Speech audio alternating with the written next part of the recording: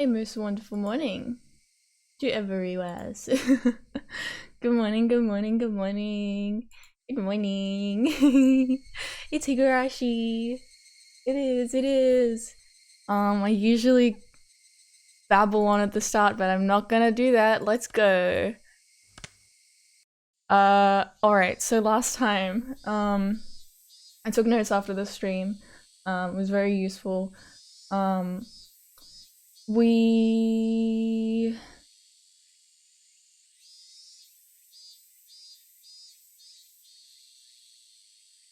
I'm trying to remember where we left off actually. Like the, where the stream started last time. We uh okay, we went to school. Satoko, Rika were late. Then Rika turned up and she's like, Satoko might be late today. And then Satoko didn't show up for like 3 days, and then she did. And basically her uncle is back and he's like abusive and he's been making her like stay home and do like household chores and stuff, like cleaning the house, going shopping, cooking, all that shit, because he is a bitch. um okay, wait, maybe that was and that oh yes, and before we found that out, well, Satoko still wasn't at school. Oishi showed up, fucking Oishi, and he threatened us and like he grabbed our shoulders like really hard.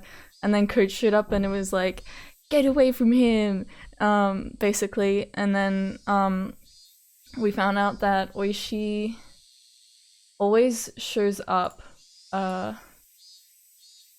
like he's always kind of hanging around with the people who go missing. Um uh and we also got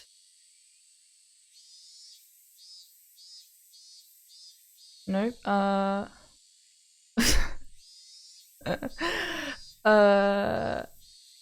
yeah, so Oishi, everyone hates Oishi. And yeah, people say that he's Oyashiro-sama's servant, that he decides to sacrifice for the curse. Something that I thought was interesting when I was taking notes, I've like highlighted it. 4 years ago, the victim of the dismemberment, rumored to be the sacrifice, had been seeing Oishi numerous times leading up to the incident. That's suspicious. So Teppei Hojo is Satoko's uncle. Yeah. And where we left off, we had just been kind of getting into a bit of a heated discussion with Mion and Rena about Satoko and like her guardian and like, you know, can't someone do something? Yeah. So, man, poor Satoko. Let's go. I walked forward quite a ways, then turned right where the rice fields ended. I'd never come here before, so I had no idea where to go. I got lost several times, so I may have taken quite a long way around. I wonder if he's going to Satoko's place. Maybe I should have gone back home and gotten my bike first. It would have made everyone else worry if I'd asked them, so I asked one of the other classmates where Satoko's actual house was. That house was originally her family's, apparently. Not their uncle and his wife's. I just want to check something. Okay, we're good.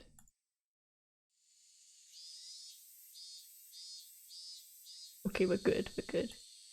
Their house had been bigger, so they'd taken it for themselves. Right here. Several houses all in a line. Over there?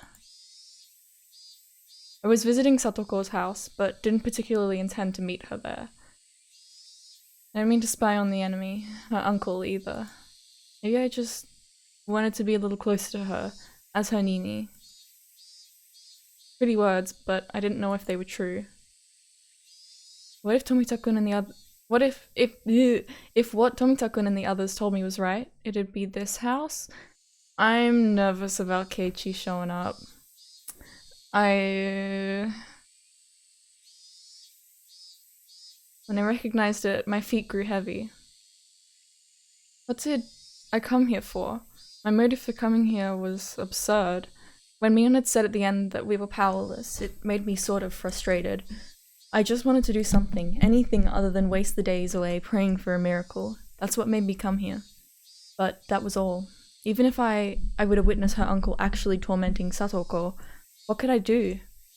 Would I act like a comic book hero, punch the guy in the face, and take Satoko away with me? No, you wouldn't. No, you wouldn't. Don't do that, Keiichi. You're gonna make sure worse.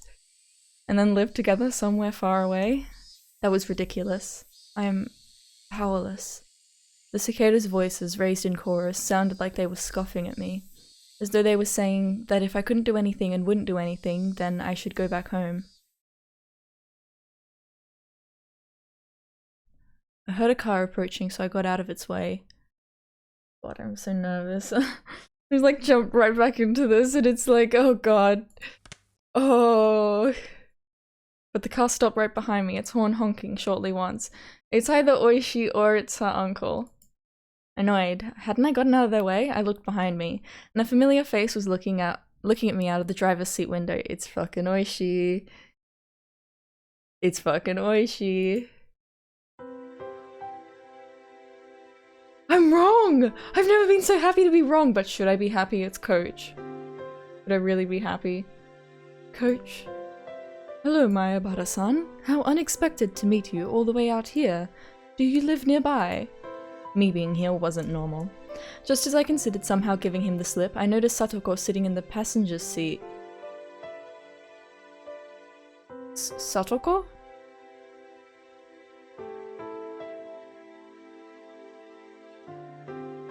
Satoko got out of the car and began unloading a lot of groceries from the trunk.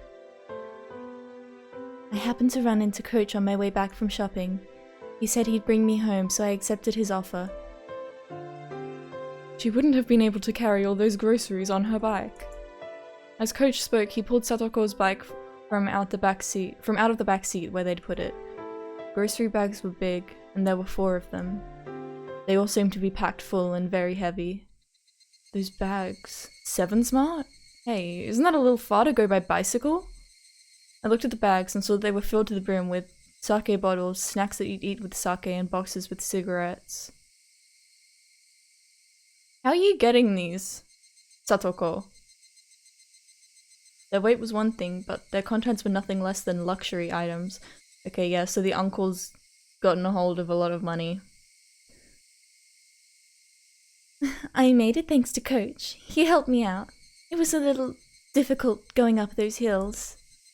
Satoko gave Coach a smile filled with gratitude, but it was incredibly awkward and even heartrending. Satoko, these groceries aren't for dinner tonight, are they? Of course not. I do not drink sake, and I hate snacks. Of course I don't smoke either. He made Satoko go to a distant store by herself on her bike, so she could buy dumb shit like this? What was the uncle doing right now anyway? He must have been working up a good sweat at this very moment if he needed to send Satoko out by herself, right? If not, then how much had Satoko suffered for no reason? I hadn't intended to voice my feelings, but they may have made it into my face. Coach might have noticed because he clapped me on the shoulder. Ow!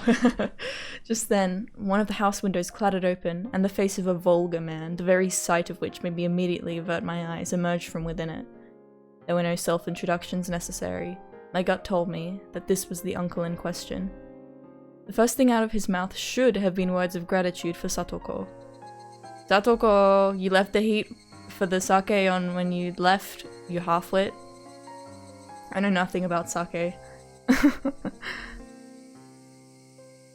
I'm sorry, but you told me to go right away. Shut up. You've gone and ruined it, and it was the good stuff too. What did you do about it? I'm sorry. Satoko miserably apologized over and over, bowing again and again. She could be perfectly described as a small animal. I had no idea what was happening.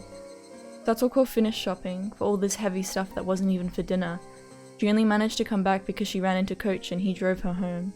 If she hadn't been found by him, she'd surely still be by herself, panting and moaning, pedaling her bicycle up that steep hill. What was with those words, those horrible, sleazy words that he said to Satoko? In what country's dictionary did it tell him to say such things? To a young girl who'd just finished shopping. My anger, of course, wouldn't reach him. The uncle displayed no interest in me, instead shouting at Coach. Oh, if it isn't Dr. Irie. Hello, hello, why don't you come on inside too? We're in the last round so you can get in right away. 100 yen per 1,000 points, anything goes. No, I'll pass, thank you. I just ran into Satoko-chan and gave her a lift is all. I'll be leaving now. Wonder what they're playing, if it's like... I mean, I don't know. I don't know. The cops were playing Mahjong, I believe, so maybe he's playing that or he's playing something else, or... Oh no, come play around. You got a lot of money, yeah? Dahahaha. Didn't even understand what her uncle and Coach were talking about, but I knew one thing for sure. None of what he'd just said had been to thank Satoko in any way. Satoko, could you bring us the damn snacks? And start getting those beers chilled too. Go get us some cold ones from the fridge. There was, people... Was it from the S group, the Sonozaki family? Like the Yakuza? That, had maybe gone off with the money? I took notes. So... Victim filled up dozens of self-created fictional bank accounts. There were 3 or 4 men with former S group connections involved. They've already disappeared along with millions of yen.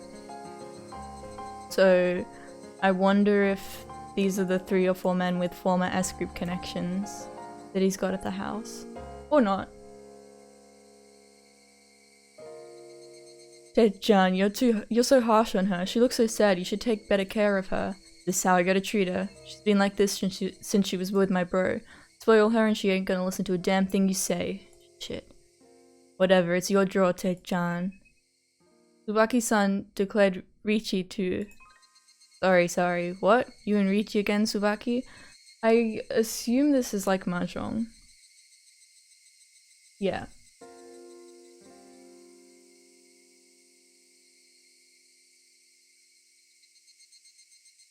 It looked like it wasn't just her uncle. Some of his friends were over.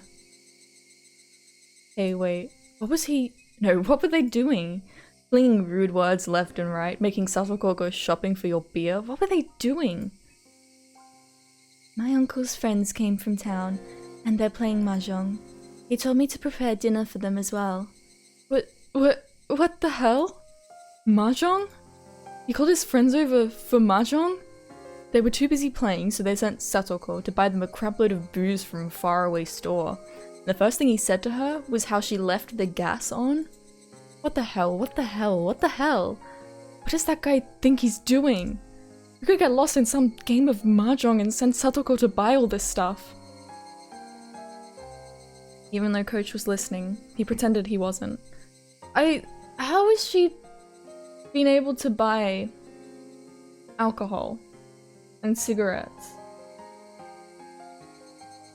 I would be amazed if like laws were that loose. So maybe it could be some, I mean it would probably be illegal anyway, but like she's got it from someone that her family knows or she knows or some real shady place. I don't know.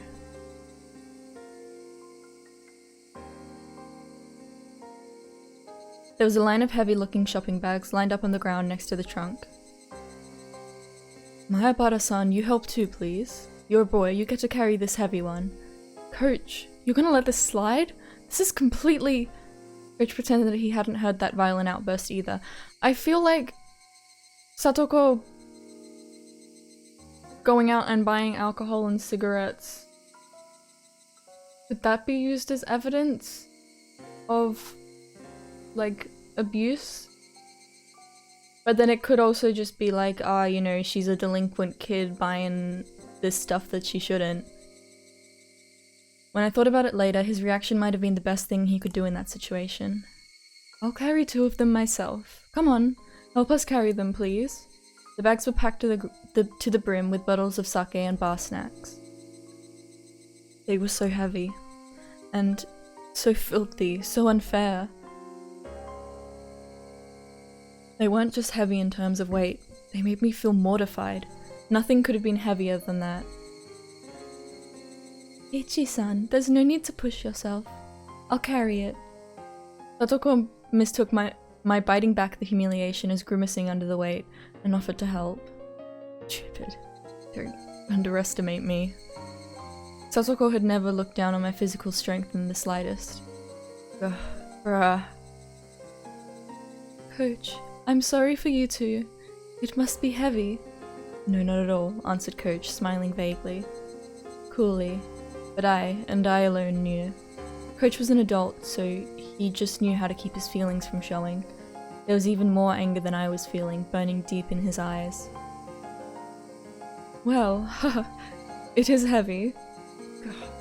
Shit. I wasn't very far to the doorstep of Satoko's house, but the bag squeezed my palms and started leaving red marks. Ugh. Fury welled up in me, and the back of my throat stung, but even if it all came gushing out, it wouldn't solve anything. So, just tightly gritting my teeth was as much as I could do. Really, thank you so much. Both of you. You really helped me here. After we carried them back to the door, Satoko said that was enough. Occasionally we'd hear the repulsive laughing of her uncle and his friends from within, and my insides would seethe. I knew they weren't ridiculing us, and that was why it made me so mad. They'd made Satoko shop for all this heavy, selfish stuff, then ignored her and laughed amongst themselves as they pleased. It was deeply aggravating. Of course, Coach had to have felt the same way. But if he accidentally let his feelings slip onto his face, he'd only cause Satoko more worry. He knew all that, and spoke coolly, as if to say he didn't care. Not at all. I'm happy I could be a bit of help for you. If there's anything else I can help with, please tell me. Hey Trisket, what's up? Great to see ya! Yay! Hope you're well. But this game's getting heavy. Not even like half an hour in and it's like straight into it.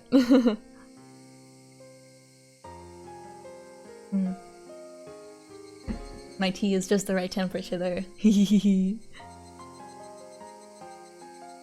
Yes, I really am happy you feel that way. That he feels that way. Those words were sad. Satoko herself was sad and resigned that we could only help her so much. But she was right.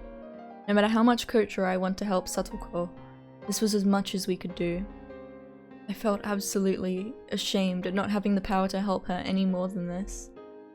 Burning, boiling emotions were bubbling up within me and rising into my throat.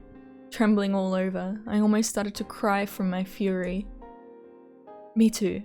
If there's anything I can do, I'll help you whenever you need. So, hang in there. I wanted to at least give her those trite words, saying that I'd help her whenever she wanted.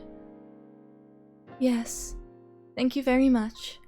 I'm happy just that you came all the way here when you didn't need to. Satoko seemed to have guessed what I was doing in a place like this, when my house was in the opposite direction from school. Alright, you should get going. They're drunk right now, so there's no telling what they'll get mad at you for. She felt guilty for getting us involved, after we'd helped her, because she wanted to be the only one to suffer this misfortune. That's how it looked, and it hurt.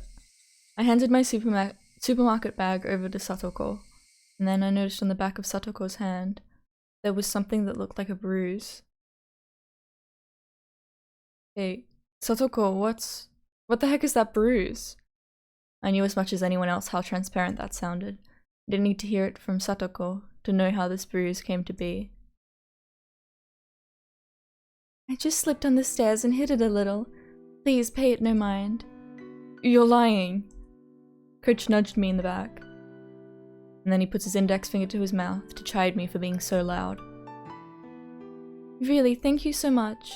Until tomorrow. I hope we can see each other at school. That's not what I'm talking about.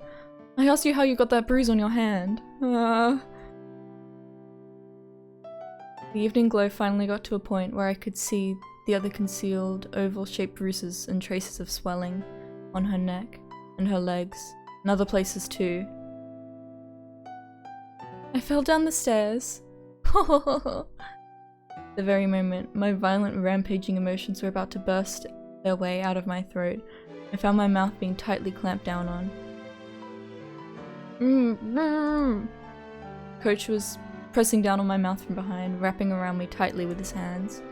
Because of that I couldn't say anything. I could only groan, which I did. That was all I could do. I needed to expel all the magma sitting deep within me, because otherwise I'd surely explode into a million pieces that very moment.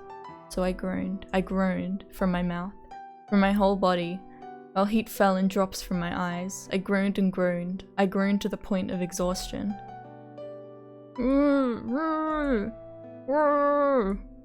I wrung absolutely everything out of myself. Even having lost my voice, I was still wringing it all out. I understand how you feel. I really do, Mayabara-san. Please.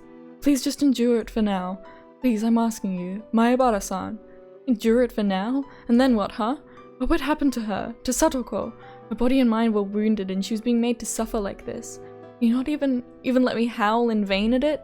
Is that it, Coach? Are we this powerless? So powerless that we can't even fucking scream from the bottom of our hearts?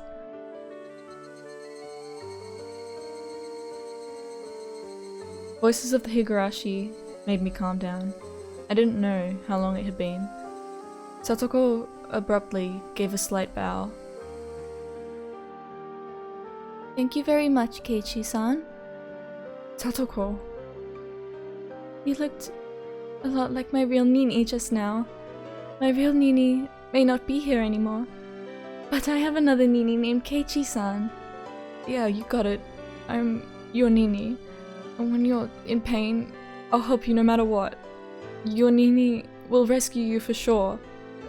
Satoshi Hojo, you fucking idiot. If not now, then when? Satoko, she's never been in more pain in her life. If her Nini doesn't save her now, then when will he? Why did you run away? Why did you abandon her? Why did you leave Satoko behind? You don't have any right to call yourself Satoko's Nini. I won't run away. Huh? Definitely won't run away. I won't run away and abandon you, like Satoshi did. No way. I will not abandon you. Flip. Tears trickled down from Satoko's eyes. And then she narrowed her eyes into a smile. Goodbye, Nini. Satoko took her right hand and awkwardly waved to me. I'll be alright. My Nini now helped me so much. So I'll be okay. I'll do my best until tomorrow. I'll be okay. So, for today, this is goodbye. There was no way that I could say bye, see you tomorrow. And then from inside the house came a throaty, disgusting voice. Satoko, could you bring us the snacks already? Okay, Nini. Get going already. I'll be fine now. Hurry. Let's go, Mayabara-san. Staying any longer than this would be a bother to Satoko-chan. Coach, Nini's house is a little far away. I'm sorry to ask you this, but could you take him home? Yes. I'll do that. Coach grabbed me by my collar, and with strength I couldn't have imagined him having, started dragging me away. And I, unable to oppose him, started getting farther away from Satoko. She waved her hand to us, expression still dark, and disappeared through the back door. Coach got into the car first, then turned around on the narrow path and brought the passenger side door around for me. I know how you feel so well it hurts. No, I think I understand it even more than you. But right now, just for now, please endure it. You understood exactly how you feel, so please endure it. If you don't, I know already. I'm sorry. Thank you for before. I meekly got into the passenger's seat. The car accelerated quietly, and Satoko's house grew farther and farther away in the rear-view mirror. We made a wide turn, and then I couldn't see her house anymore. Hmm? Is your house that far away? It's in the other direction from the school, isn't it? I didn't bother to reply. I would have been hard-pressed to give him an answer as to why I was at Satoko's house. Coach didn't say anything more either. For a while, the two of us were silent, the only sounds from the gravel spraying over the road as we drove. I remembered how Rena said things were different than last year. At the time, she had Satoshi with her. Satoshi protected Satoko, so that less of the sparks fell onto her. But now, Satoshi isn't here. Yes, that's the unfortunate truth. Coach seemed to understand what I really meant when I said that. It's a terribly sad, cruel story, but there's a limit to our resolve, our efforts, and our assistance. It sounded like an excuse, but he was right. Even if Coach and I wanted to be people Satoko could depend on, that was all. It ended at the front door. No matter how much I shouted that I would be her Nini, no matter how much I shouted that I wouldn't abandon her, and no matter how much Satoko called me Nini, I couldn't do any more than that. Where on earth could Satoshi have gone? Right, Satoshi was another story. Her actual brother, Satoshi, he was in a position to protect her far, far better than we ever could. That was the cold, sad truth of the massive gulf between Satoshi and us. I wonder what he's been doing lately. Oh, it's really tricky. This is really heavy. I hope everyone's doing okay.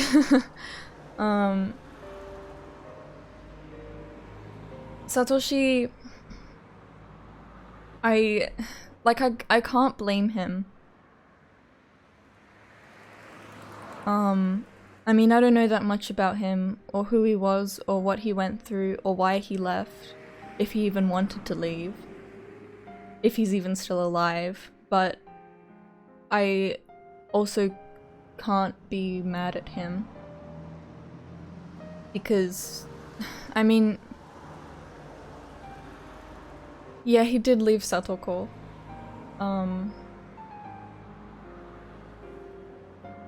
And that is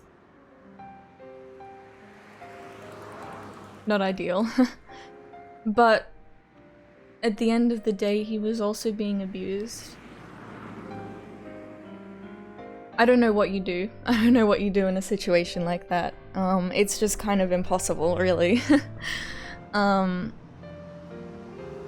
Yeah.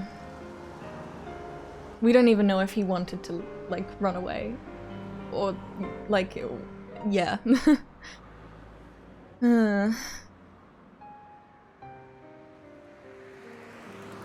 Yeah, it really feels like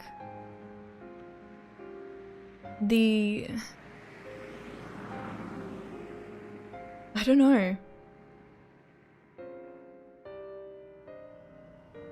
The murders have been, or the freak death incidents, because I mean they're not all murders.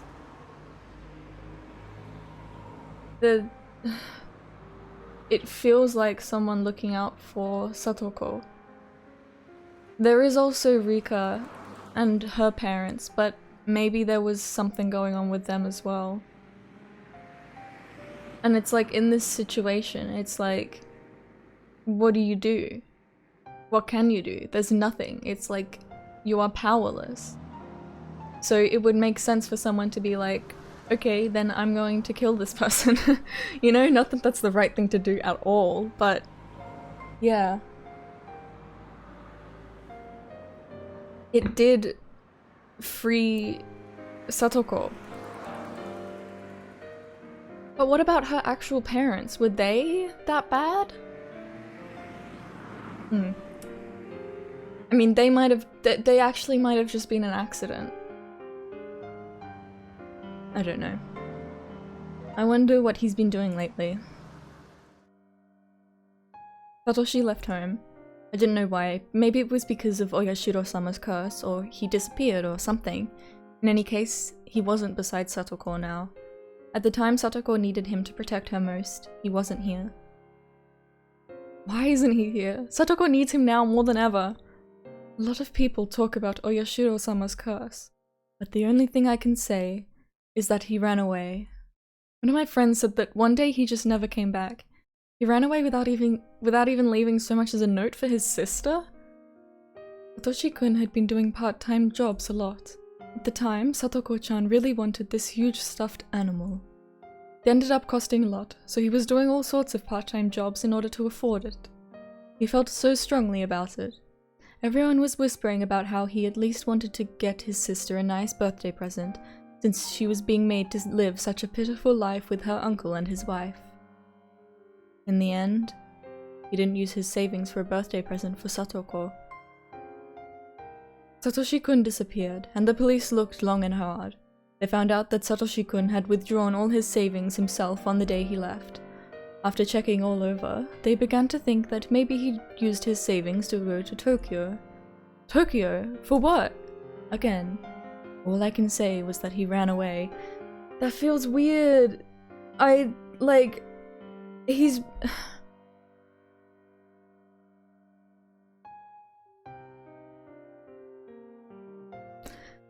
I mean, I don't know where this is coming from, if it's all just rumors, but like, if we take this, okay, Satoshi was planning to get this big present for Satoko.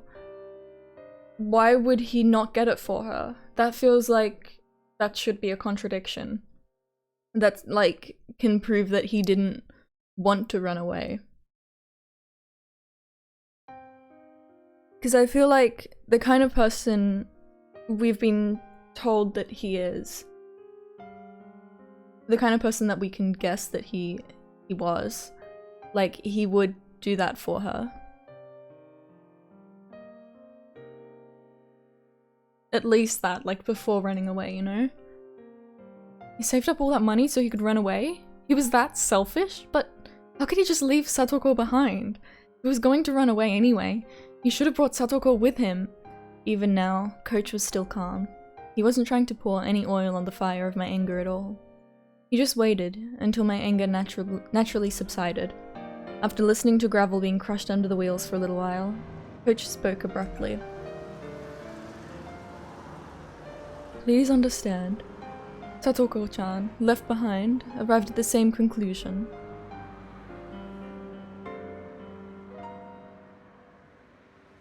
I'm a burden on my brother, and that's why he abandoned me. He didn't take her with him when he left. How terrible must Satoko have felt, being betrayed by the brother she loved so much. But Satoko-chan was a very strong person. Of course, she had the support of close friends too, but that was how she regained her smile. I recalled how Satoko had spoken of Satoshi so brightly when I was eating dinner with her and Rika-chan a few days ago.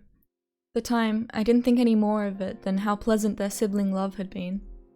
But now that I did think about it, I realized it was like she was peering into the distance from atop a pile of tragic perseverance.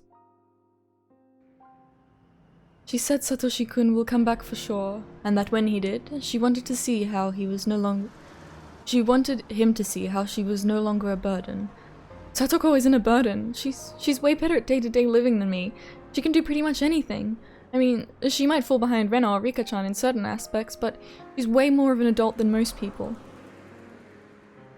Oh, that's the result of her having worked so hard, since she didn't know when Satoshi would come home. Her efforts are so painful. While she lived with Rika-chan. While Rika-chan taught her how to handle everything flawlessly, all so that she could welcome back Satoshi at any time. So that she could show him she wasn't ashamed. So, when is Satoshi gonna come back? I asked Coach, but knew he wouldn't be able to answer. In any case, Satoshi ran away. He left Satoko and ran away from Hinamizawa. Someone said that when you leave Hinamizawa and run away, Oyashiro-sama's curse gets you, right? Then, that made sense. Satoshi running away and his disappearance. That would obviously mean people thought it was the curse, right?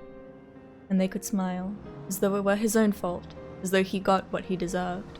Hey, Oyashiro-sama, whoever you are. Satoshi didn't vanish because he ran away. You demoned him away with your curse, didn't you? If that's not what happened, then I won't forgive you. When did Satoshi run away?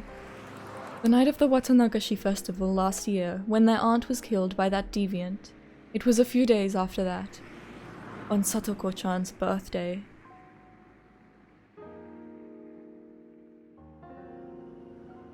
On Satoko's birthday? That makes it feel like he went to get this present and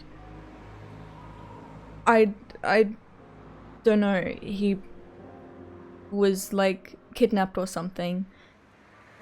That's really weird that he didn't disappear on the night of the Watanagashi. And in the previous episodes, like with other people disappearing, like Keiichi, I guess, you know?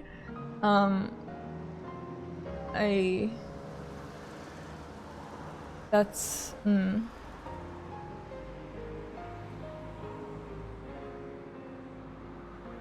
I wonder if previous years there's been other people that go missing similarly.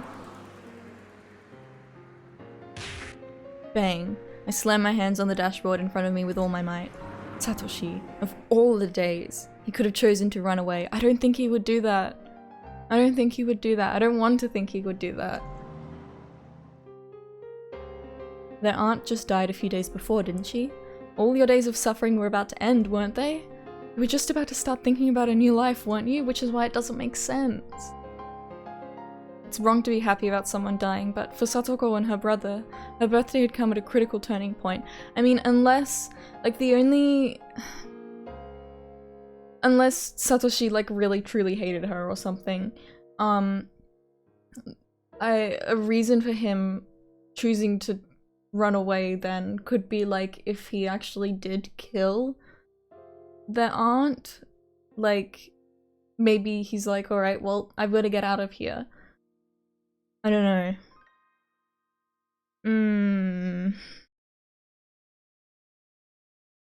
It's wrong to be happy about someone dying, but for Satoko and her brother, her birthday had come at a critical turning point. Their mean uncle had fled town, and the siblings would be left alone. They should have been able to be happy about that, on Satoko's birthday. Satoko was probably waiting for her brother to return the whole time. Waiting for her brother to return, when he never did. Waiting with bated breath for her brother to return. Her hopes and dreams of a new life to come growing ever larger. Of a new life to come, growing ever larger. Okay, makes sense. But no matter how long she waited, he didn't come back.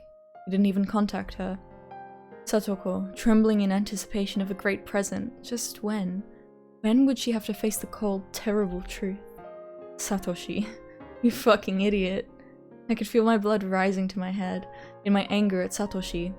I was frustrated. I was aggravated. I couldn't forgive him.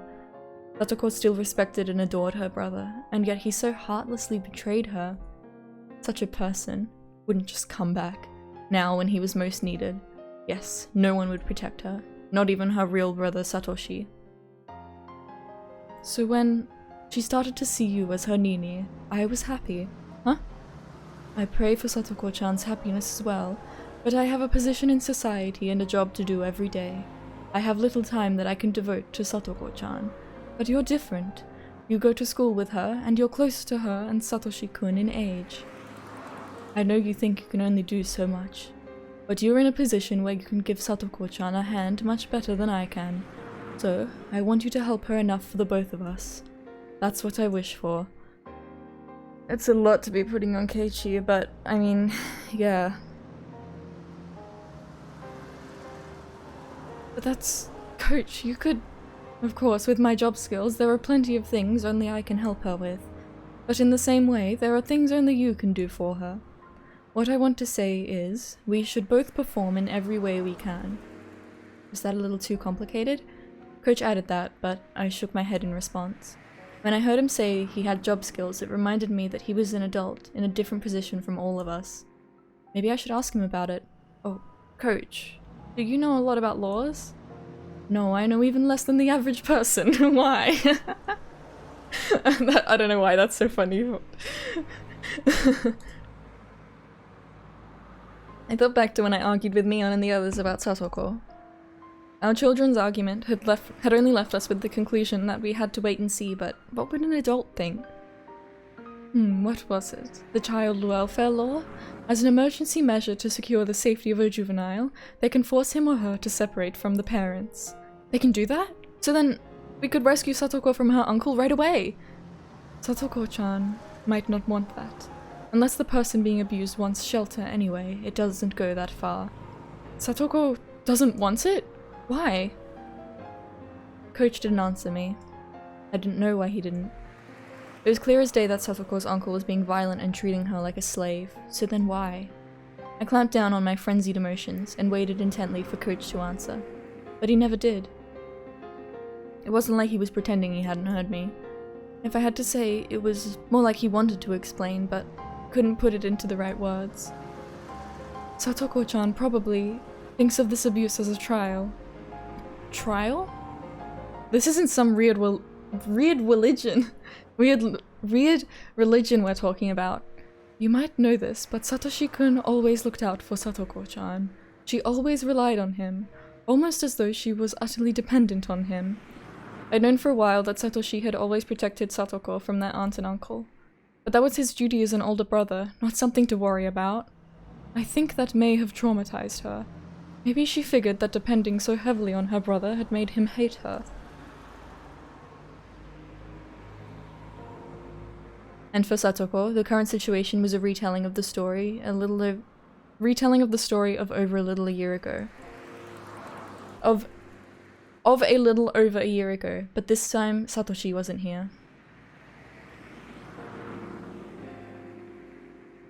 She wants to overcome this trial by herself without relying on anyone else, and that if she doesn't grow strong, then Satoshi-kun will never return. She thinks something like that now, or so I believe. Now that he mentioned it, Satoko had never said a word about how hard it had been before. I figured she was being threatened not to talk about it, but I talked with everyone and we were wondering if we should report it to the Child Consultation Center. I have heard that a social worker was visiting Satoko-chan last year. Yes. In the end, they decided to wait and see, and we thought maybe that made her get tormented even more. Apparently Satoko-chan reported it herself. And as a result, the abuse worsened, but was kept just out of sight. She was under even more torment, and the burden on Satoshi-kun for protecting her rose considerably. Could Satoko... She wouldn't be thinking it's her own fault for reporting it, would she? Oh, she would. Rich nodded quietly. Satoko-chan would probably either hate it if you suggested reporting the abuse, or feign courage and say you didn't need to. And even if you reported it in secret, she'd probably insist to the social worker that she wasn't being abused.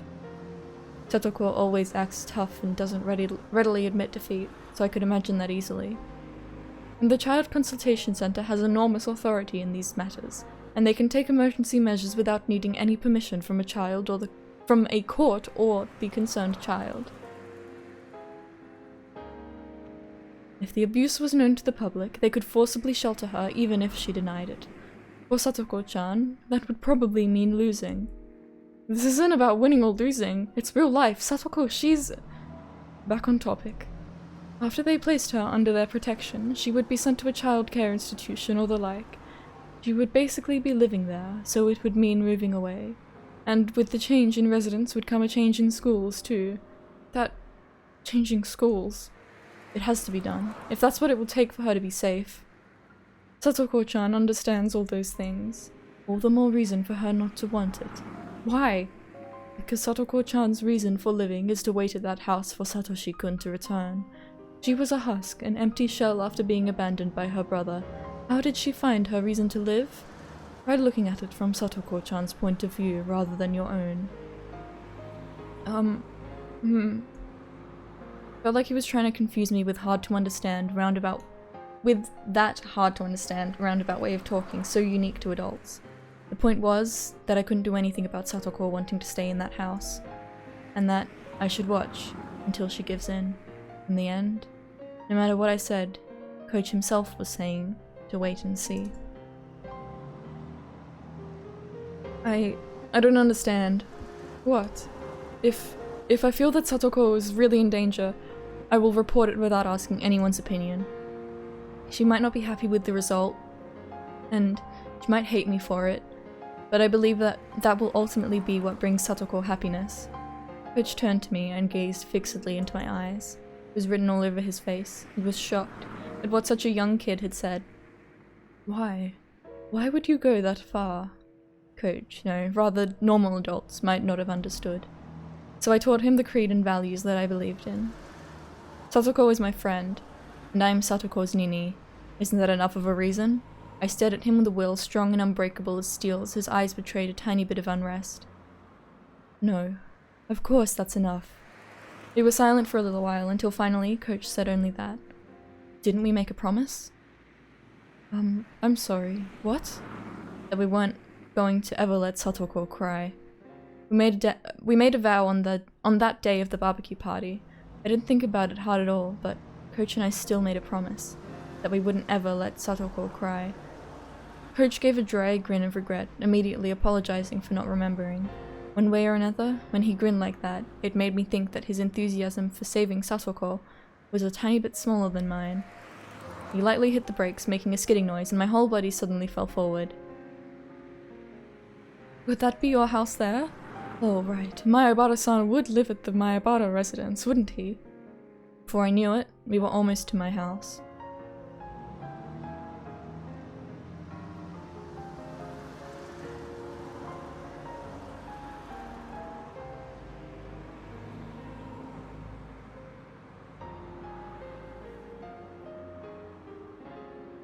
Oh, whoa, okay. Any tips? We did start halfway through a chapter, so... let's look at the tips and then we're gonna take a little break. Case 31. December 1, 1981. Okay, wait, what is it now? Could this be about, like...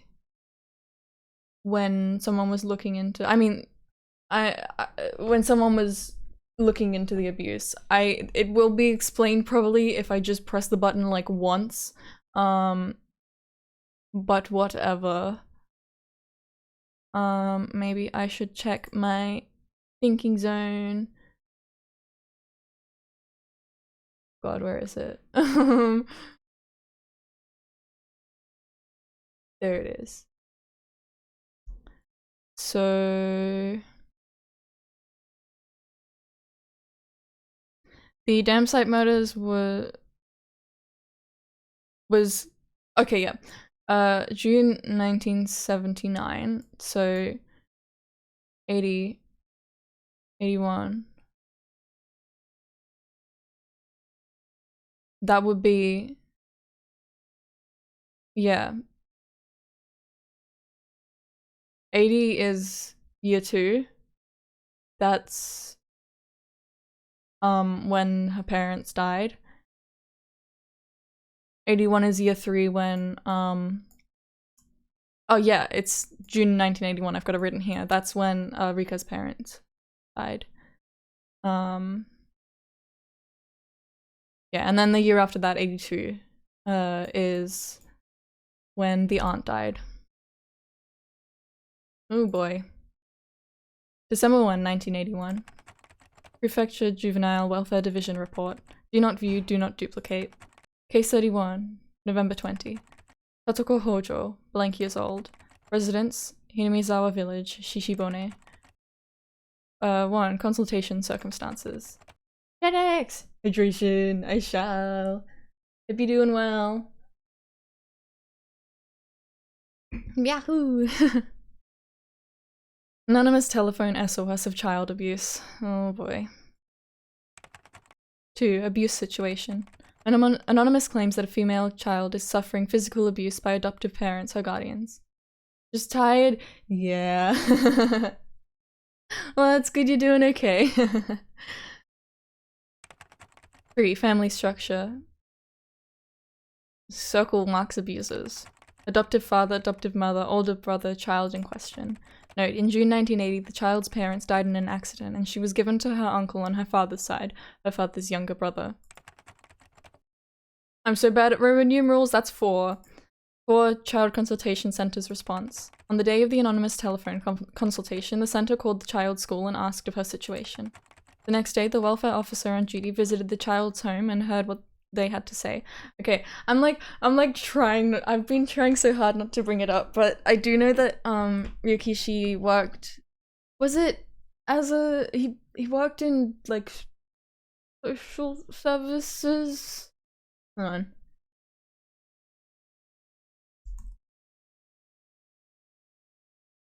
on. Worked as a civil servant. He's a social worker, yeah.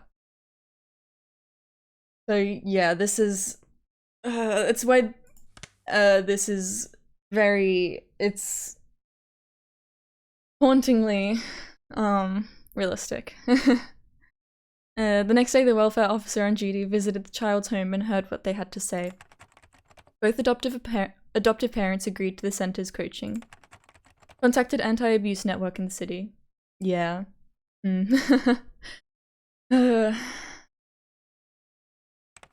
As part of the suggested coaching, a district welfare officer in the area began visiting for coaching at fixed intervals.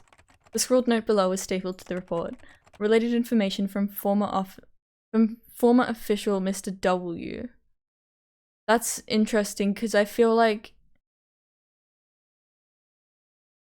I mean, it could just be like W for welfare, like just a throwaway name, but I feel like that it's saying Mr. W. I feel like that means that this is someone that, you know, has a full name. I don't know. Referred to 1977 document D23 number 44. 1977? That's 2 years before the dam site murder.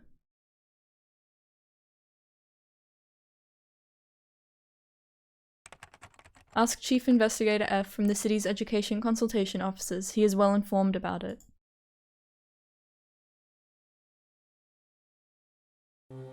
Okay.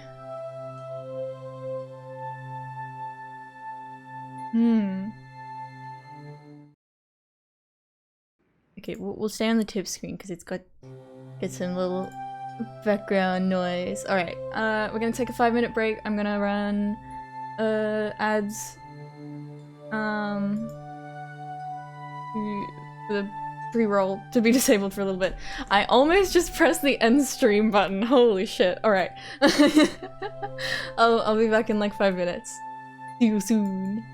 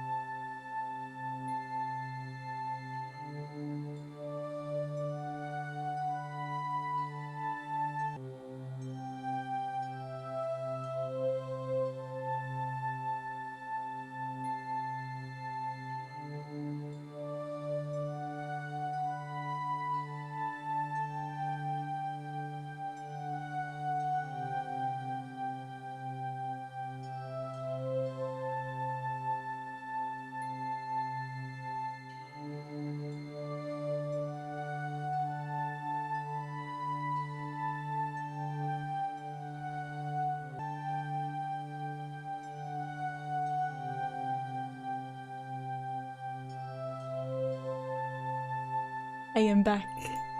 Yahoo! I'm gonna put my gloves on. It's cold, it's getting chilly. I do prefer the cold to the hot, cause Let's play Key! What's up? It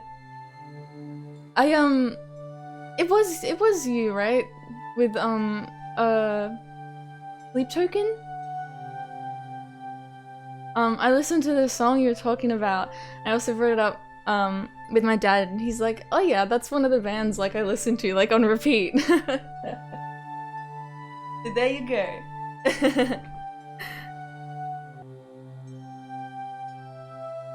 Hope you're doing well.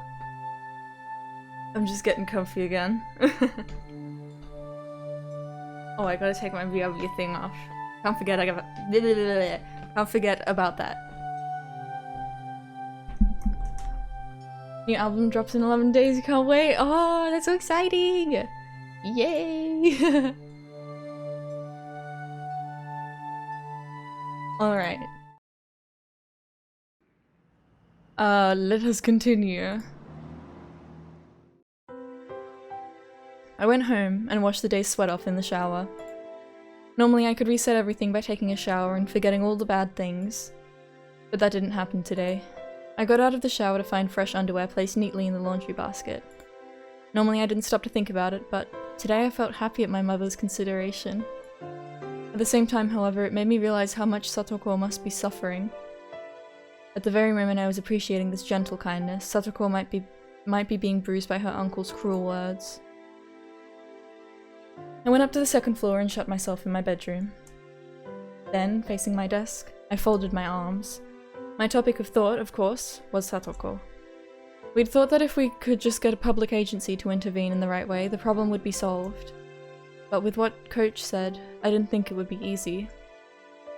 Satoko was obstinate, and she would stubbornly deny the abuse and try to endure it.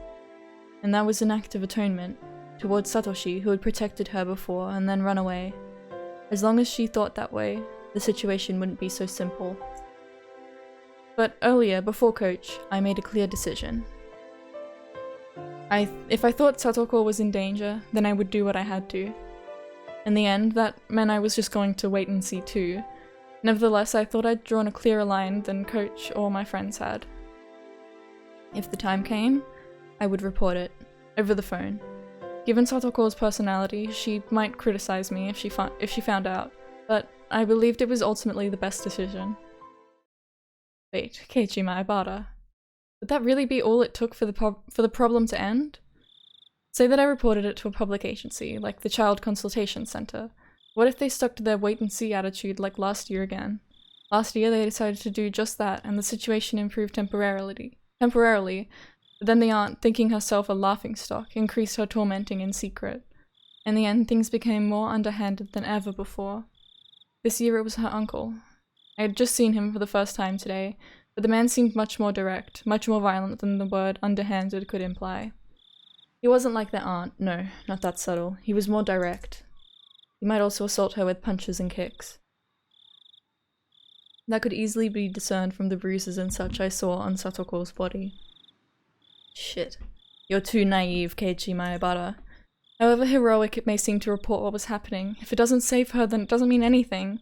Reporting things to a public agency was only one option, and leaving everything to them would be dangerous. Keiichi, you gotta kill this guy. You gotta kill the uncle.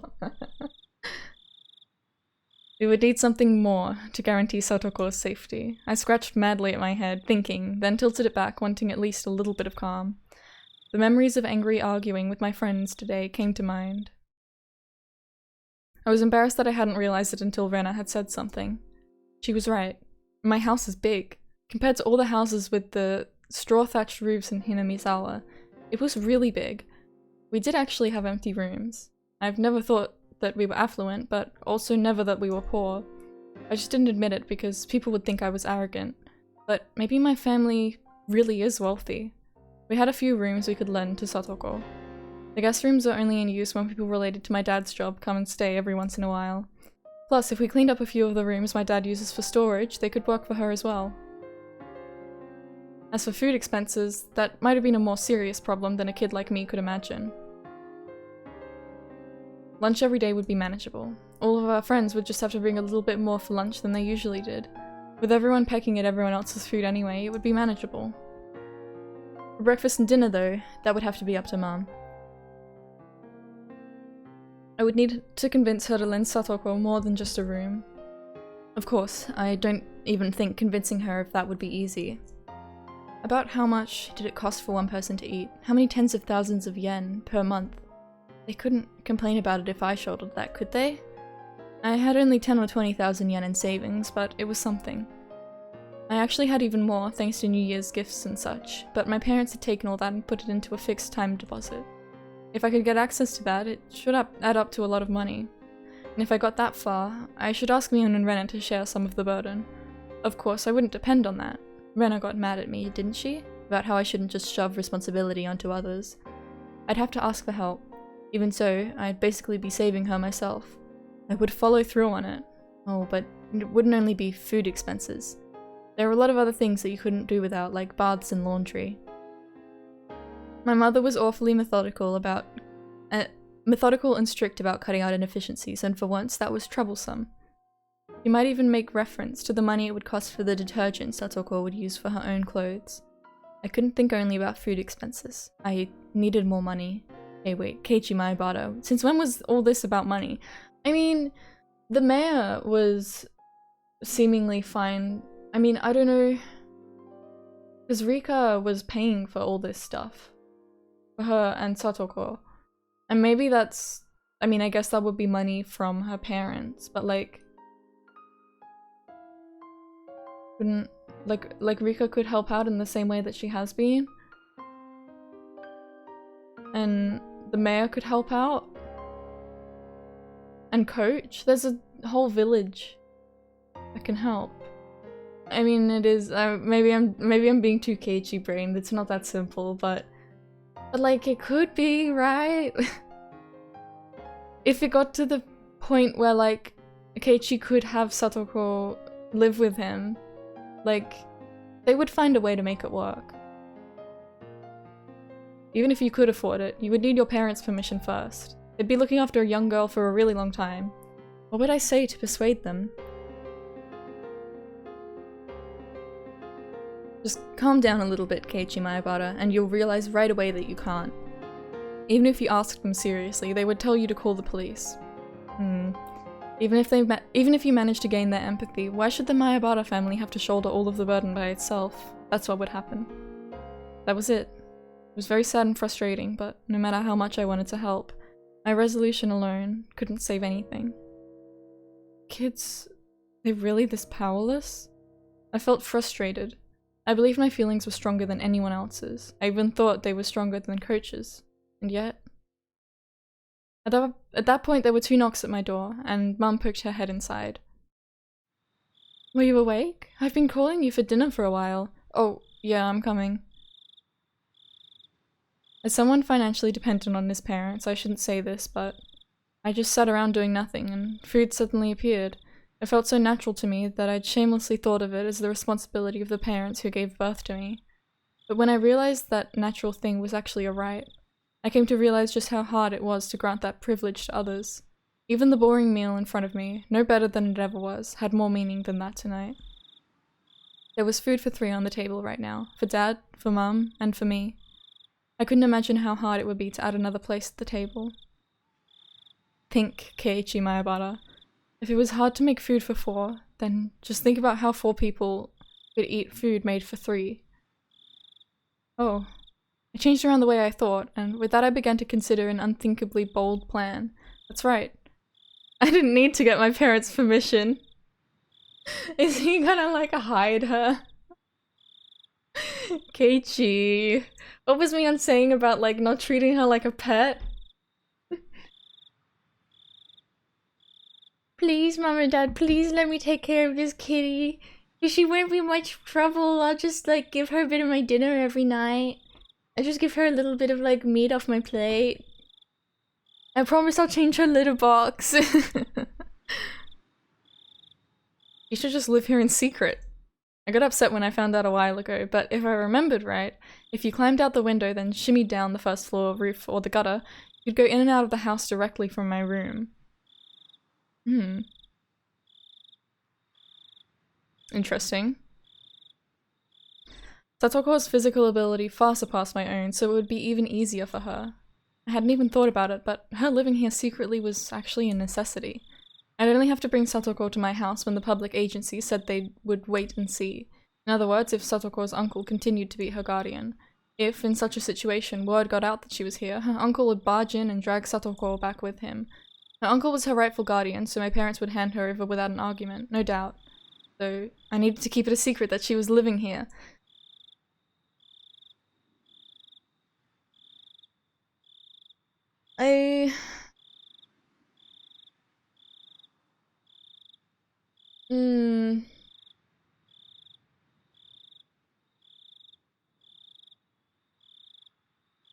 But like, to what end?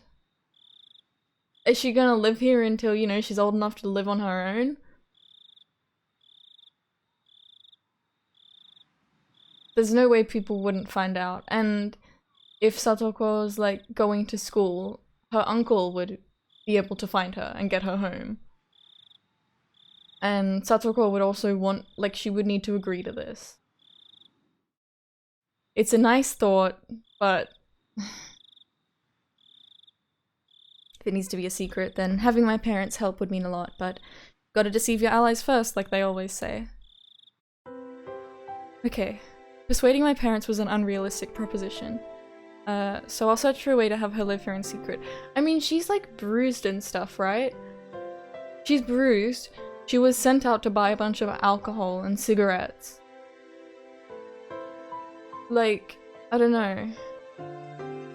You know who we need? You know who we need on the case? We need Tomitake with his camera.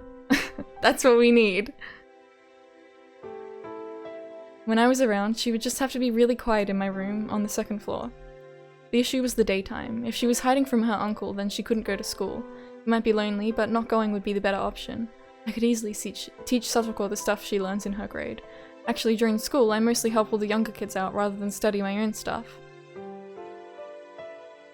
During the day, I would need to go to school, so I wouldn't be at home. My parents respected my privacy now that I was this age, so they wouldn't go snooping around in my room while I was gone.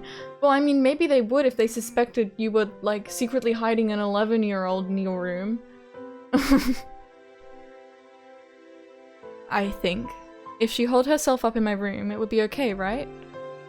What if she needs to piss? If my parents did come, thanks to where the second floor was, she could hear their approach from the sound of them coming up the stairs. And there would be a little bit of time before they got all the way up. I estimated a few seconds, that she would be able to hide herself in the closet.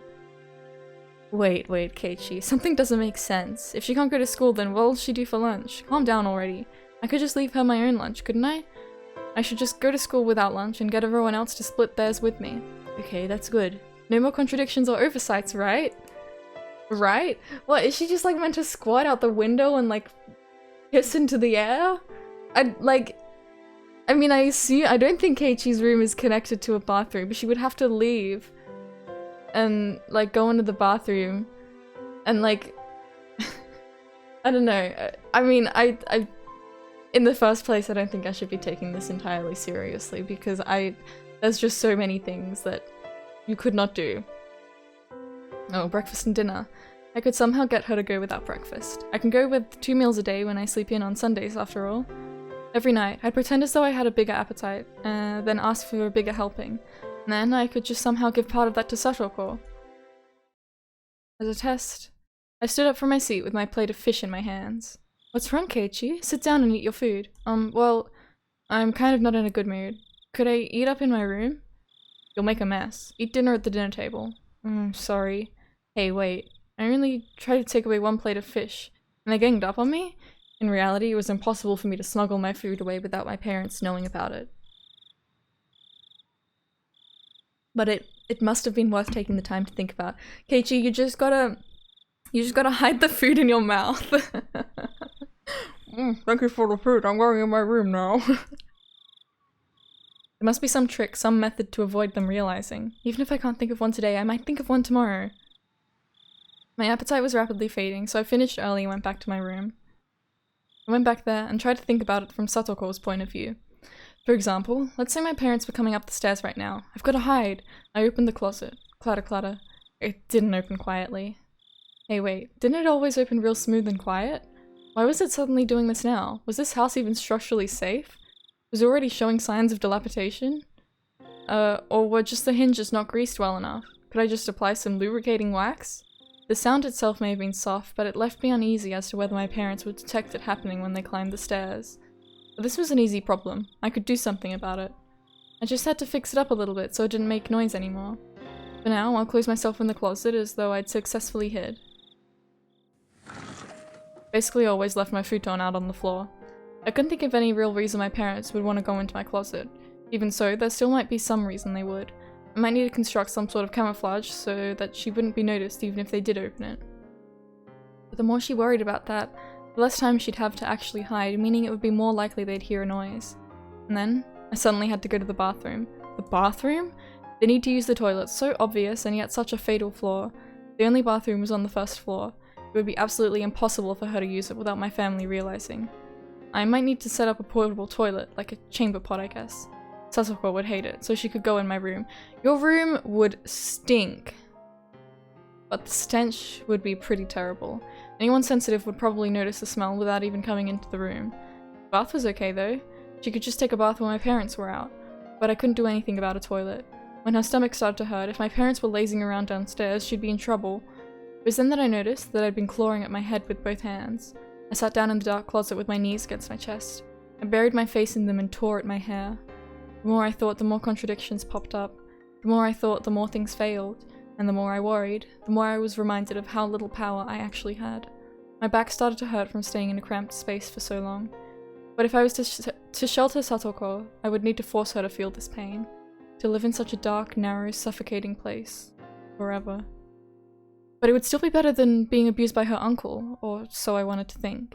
It got hard to breathe, so I gave in and crawled out of the closet. I looked at the clock, and to my surprise it was 3:30 in the morning. It had felt like so little time, but it was so unbelievably long. When I realized that, I was slammed with a terrible urge to sleep as if the time had only just caught up with me. I feel like there is some kind of distorted sense of time that Keiichi has. I don't know.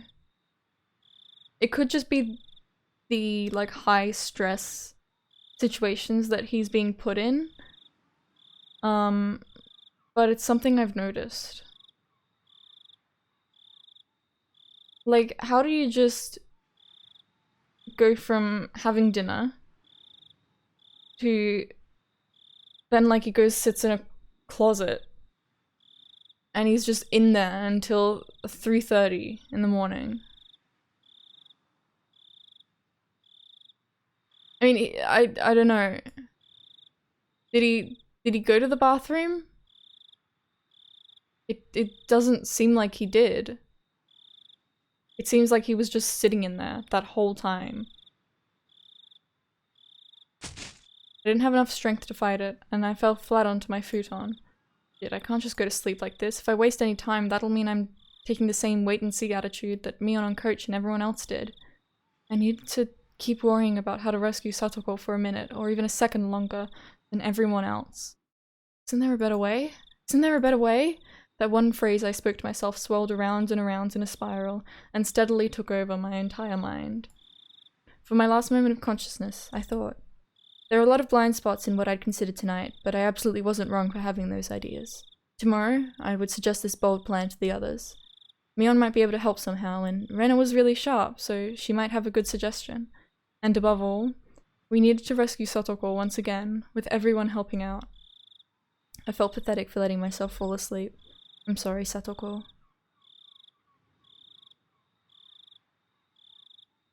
Okay, Chi. He feels so responsible for this.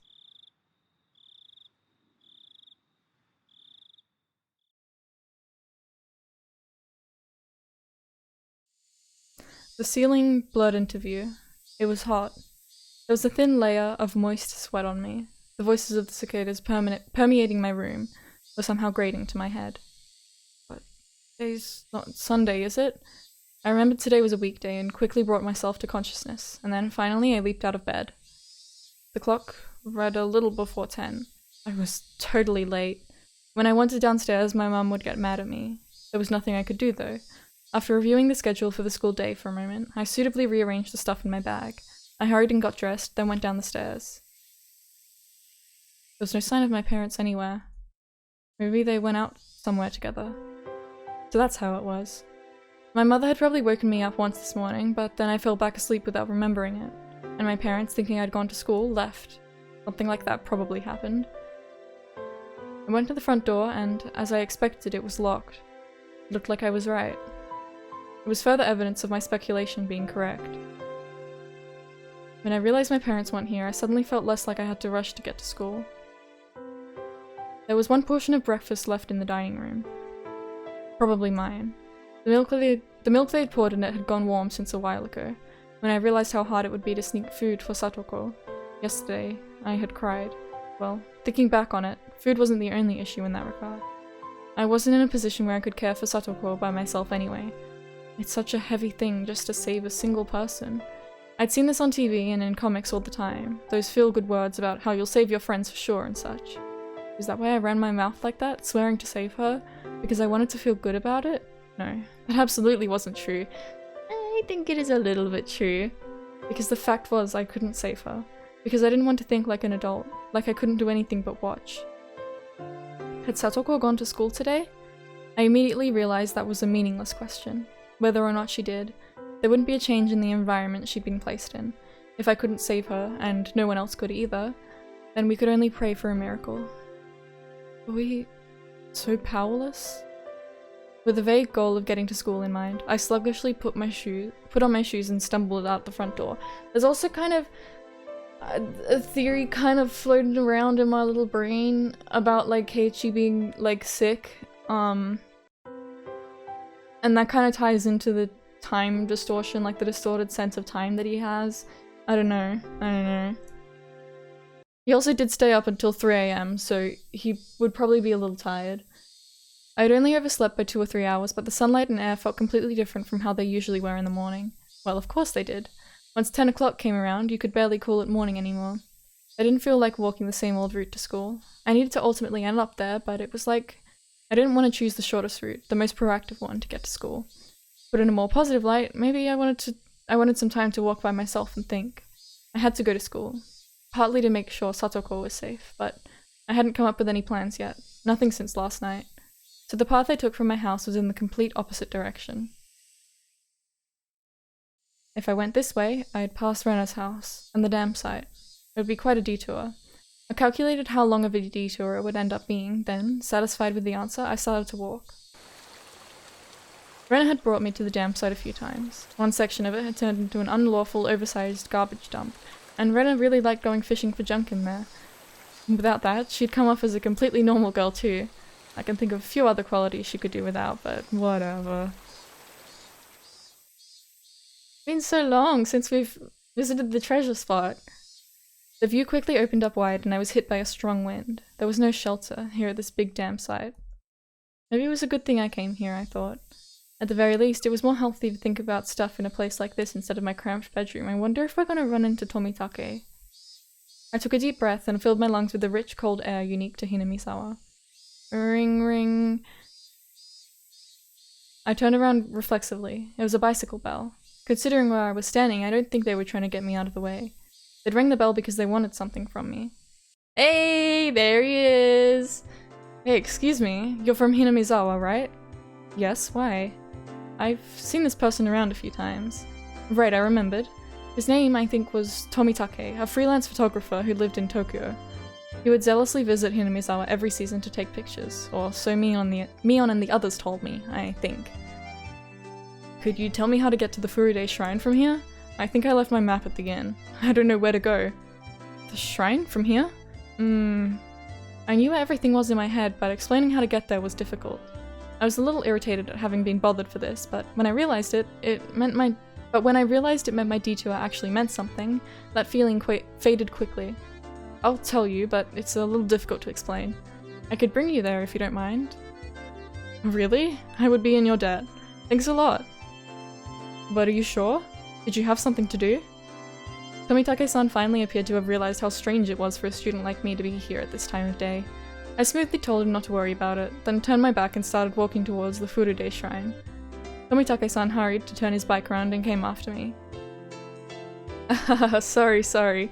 Don't worry. All guys have times when they need to split up from the pack and be lone wolves for a while. What the fuck is he on about? What a free-minded freelancer. It was easier for me too that he was under that impression. I'm Tomitake, a freelance photographer. I specialize in wild birds and landscapes. I'm still pretty unknown though. It seems absurd for him to introduce himself when I was just showing him to the shrine, but he gave me his name, so I needed to give mine back. I'm Maebara. Pleased to meet you, I guess. Maebara-kun, pleased to meet you. He seemed like a pretty silly man, but that felt kind of good considering I'd been suffocating with worry over satoko all night. Along the way, Tomitake-san spoke at length to me about how precious the nature in Hinamizawa was and how it was a treasure trove of rare wild birds, despite my not having asked. Who asked? I wasn't interested in what he had to say, but he seemed to be enjoying himself, so I left him to it.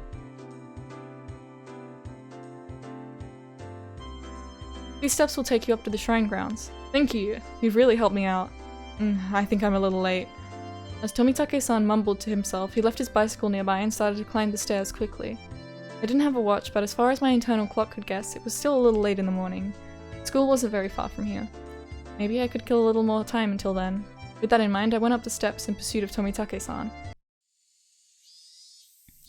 When I reached the top of the long staircase, I arrived at the wide-open shrine grounds that were too grand-looking for this tiny village.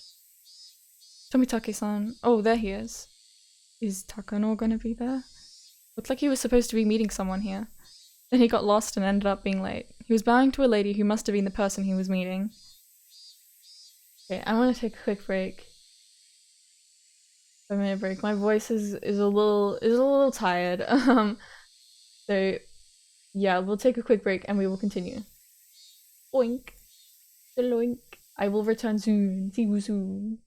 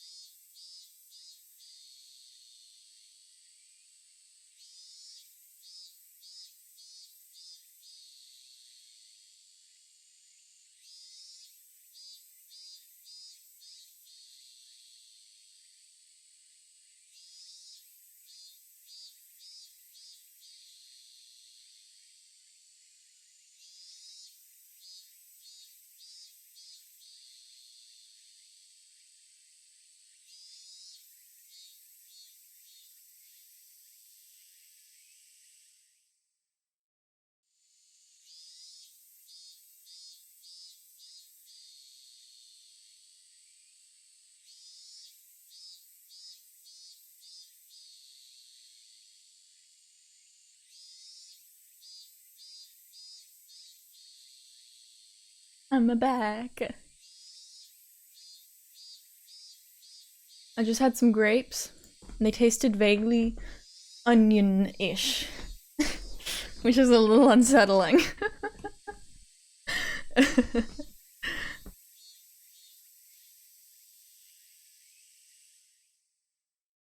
Alright.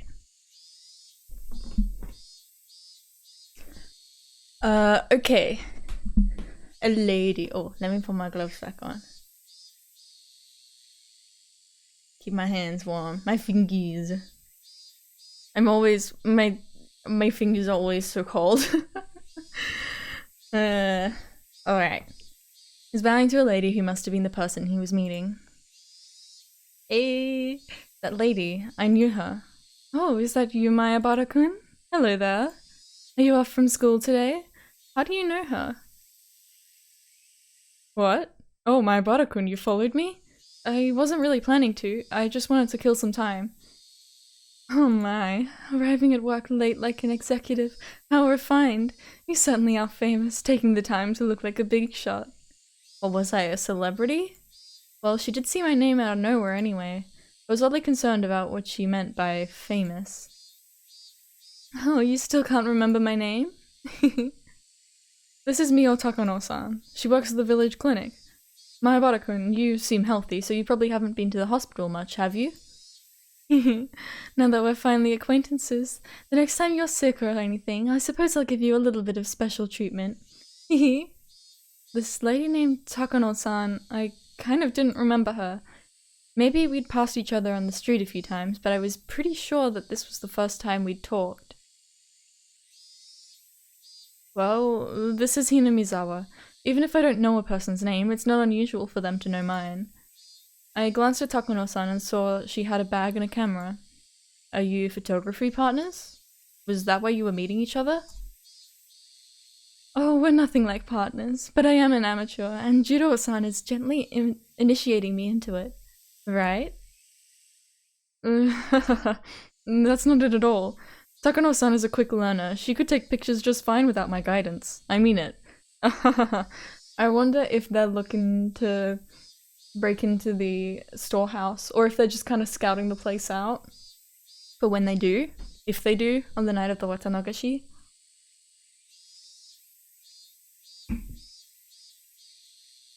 I couldn't tell which of them was ahead in the conversation. Well, they were certainly one couple you wouldn't get tired of watching. The festival is finally coming up the day after tomorrow.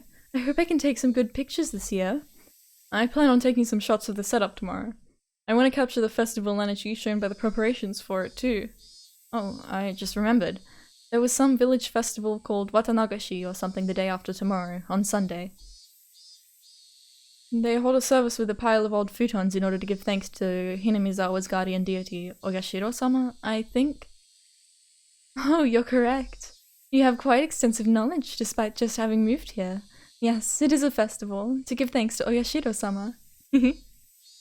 Takano-san smiled, somehow meaningfully, but didn't tell me what part of a festival to thank Oyashiro-sama needed to be laughed at. Cryptic as ever, Takano-san. But I do wonder what will happen this year. You know what they say. If it happens twice, it'll happen a third time. Damn you, Takano!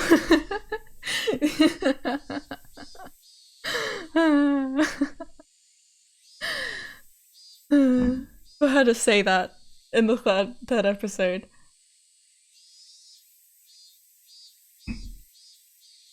And it's already happened 4 times. I think there's less evidence that it won't happen a 5th time, don't you think? I knew what they meant by their whispered exchange.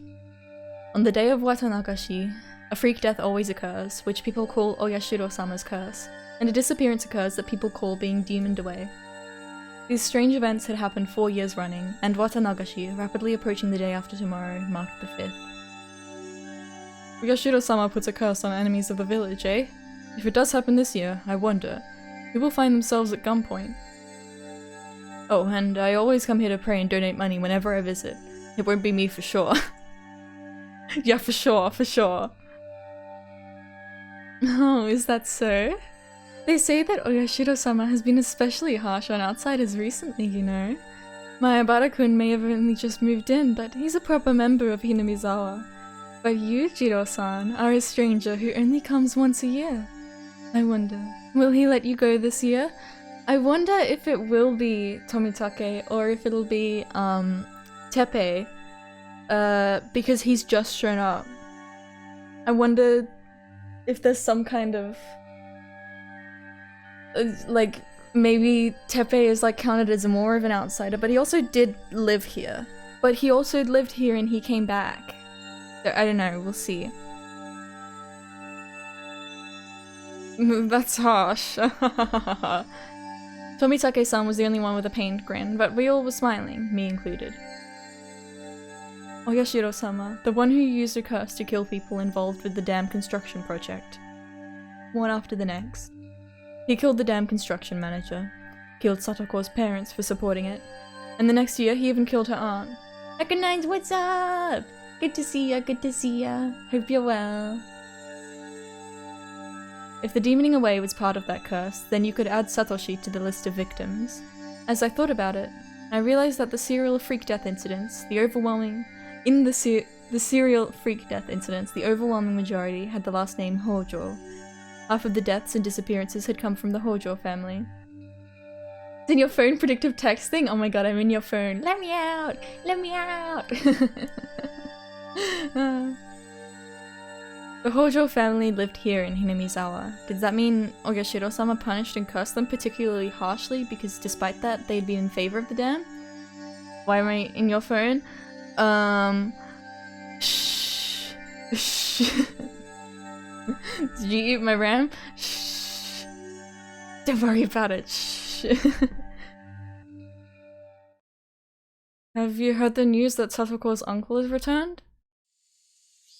Takano-san, who had been enjoying a few words with Tomitake-san, was caught unaware by my sudden inquiry. Oh, I'm sorry. What was that? Satoko's parents were killed by the curse, and her aunt too. So I was wondering if, maybe, if you went in order, her uncle would be next. Her aunt had a miserable death from the curse last year, and her uncle let his fear take over and fled into town, right? Oyashiro-sama doesn't allow people to try and abandon the village, does he? Don't just get me best from the outside again.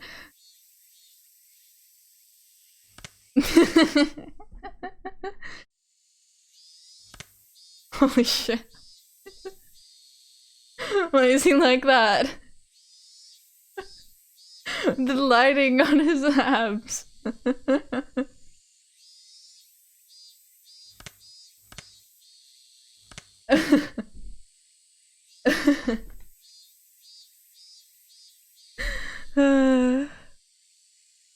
Alright. I don't know. This original art is just so much comfier to me, but I guess I'm very used to it. This one's okay. I don't mind this too much. This one's a little off. It's not bad. Like, on its own, it's really, like, it's fine. But compared to the other art styles, yeah, why is he so buff? Yeah. He does have a real army thing going on, huh? Soldier thing. Yeah, she's very pretty. He's got the dog tags? Is that what they're called? And then this, it's camo. So, Curious. I hadn't intended to be quite this persistent, but those words, they just flowed out of my mouth without me thinking about it. Right. Oyashiro-sama's curse. Super Mario versus Super Mario in real life. Super Mario in real life! I didn't believe in something so unrealistic, of course, but the fact was that every year, unfortunate accidents and incidents happened to enemies of the village. Like Takano-san said just now, it had happened 4 times. No one could say there wouldn't be a 5th. That's an interesting suggestion. It is true that if you look at those sacrificed in previous years, those named Hojo come up quite frequently. Given how long it's gone on for, her uncle being the one to die or disappear this year isn't out of the question. Not again, Takano-san. Don't laugh about it, it could really happen. I'm sorry, but Oyashiro-sama's curse is my life's work. Takano-san gave off a mysterious, somewhat intellectual impression, and her life's work was mysterious in its own right. She probably really liked inexplicable supernatural phenomena or something. Takano-san, you seem like you know a lot about Oyashiro-sama. Give me your honest thoughts. Given that he's a Hojo and that he's returned, what are the chances that the uncle will fall to the curse? I wonder... Because this is... I'm really interested to see if Tomitake is gonna die again. Or if it will change. Because Keiichi's like giving them both this information that there's someone else who could really be a sacrifice. My, what? You seem like you really want this uncle of hers dead. That's not... I wonder. It all depends on the whims of God. My Barakun. Do you know the true identity of Santa Claus? Spoilers for Santa! Huh? I got a strange question all of a sudden, and I couldn't immediately answer. 3 AM, why stream so late? Ooh, whoa, Chichi. That's because of time zones. It is about noon for me. Evil as you. Chichi, squished. What, you don't know? It's your daddy. The daddy's in everyone's family. What? That's what you meant? Well, of course. Everything ultimately comes down to humans in the end. After all, humans are the only ones living in the world. All strange things should be explainable in terms of human actions. I felt like I put that somewhat strangely, but Takano-san was not as dissatisfied with that reply as I might have guessed. Oh, it's impressive that you caught on to that at such a young age. You're right. Strange things happen in the world of man. Strange things that happen in the world of man are all caused by man for his own benefit. I love jumping in and out randomly and having no idea what's happening. Yeah. It can, even if you are like tuned in all the time, I mean, at least for me, it can be hard to follow along, which is why I take notes on it. I've been, at the end of each stream, I've been taking notes on what happened. Because I'm like, what the fuck is going on? My Barakun, I'll ask you again then. Le penguin, yes, she is just a penguin to me. This time not Santa Claus, but Oyashiro-sama. Do you know anything about who Oyashiro-sama is?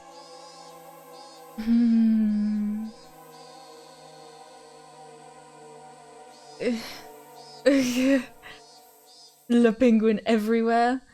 She's always in my heart. Le penguin. This is like... Who's watching you? I only know Le penguin. Yeah, this is like with the theory of it being human or Oyashiro-sama. And with it being human, I'm inclined to believe that it's the work of humans, but it's like, is it the same person or the same group of people, or is it someone who's just kind of taking advantage of the superstition and the environment created by the suspicion of Oyashiro-sama's curse and like using that to their advantage to like kill someone?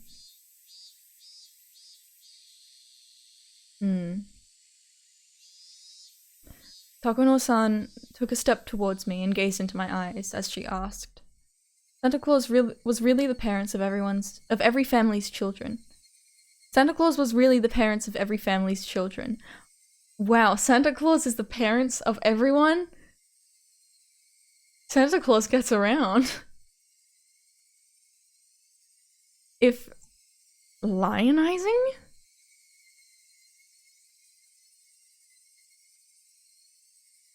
Give a lot of public attention and approval to someone, treat as a celebrity. Glorify, honor. Okay. Text-to-speech jump scare. Lionize. Lionize. Lionize. If lionizing that legend was a corporate tactic to try and profit during Christmas sales, then what was Oyashiro-sama really? Oh, didn't you already say? There are only humans in this world. Everything can be explained by human actions, right? Is Santa not real? Don't worry. Don't worry. She's just she's actually lying. She's working for Oyashiro-sama, who is real, and she's trying to discredit Santa Claus.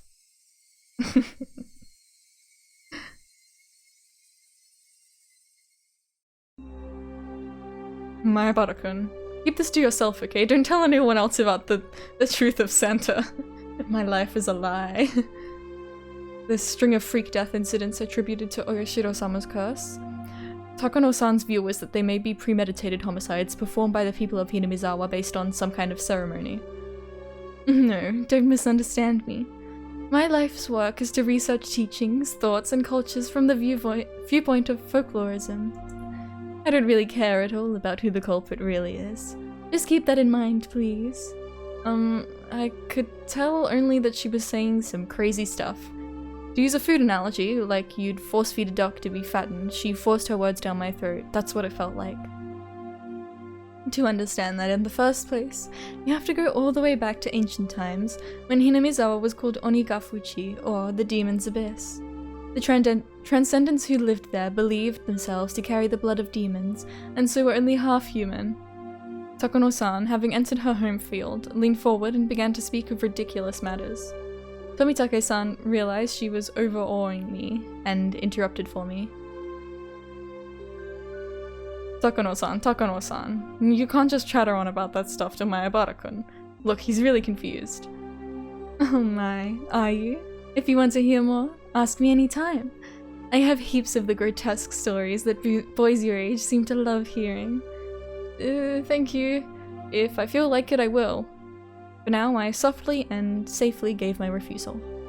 Takano-san seemed a little unhappy that Tomitake-san had rained on her parade, but she stopped talking about it then. Is she a diva?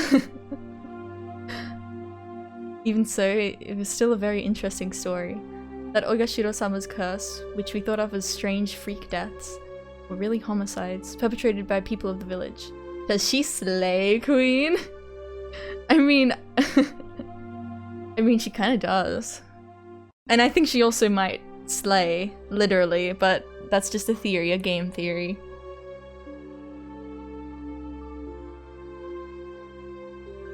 Well, I mean, if you thought about it logically, it would have to be a potential girl boss.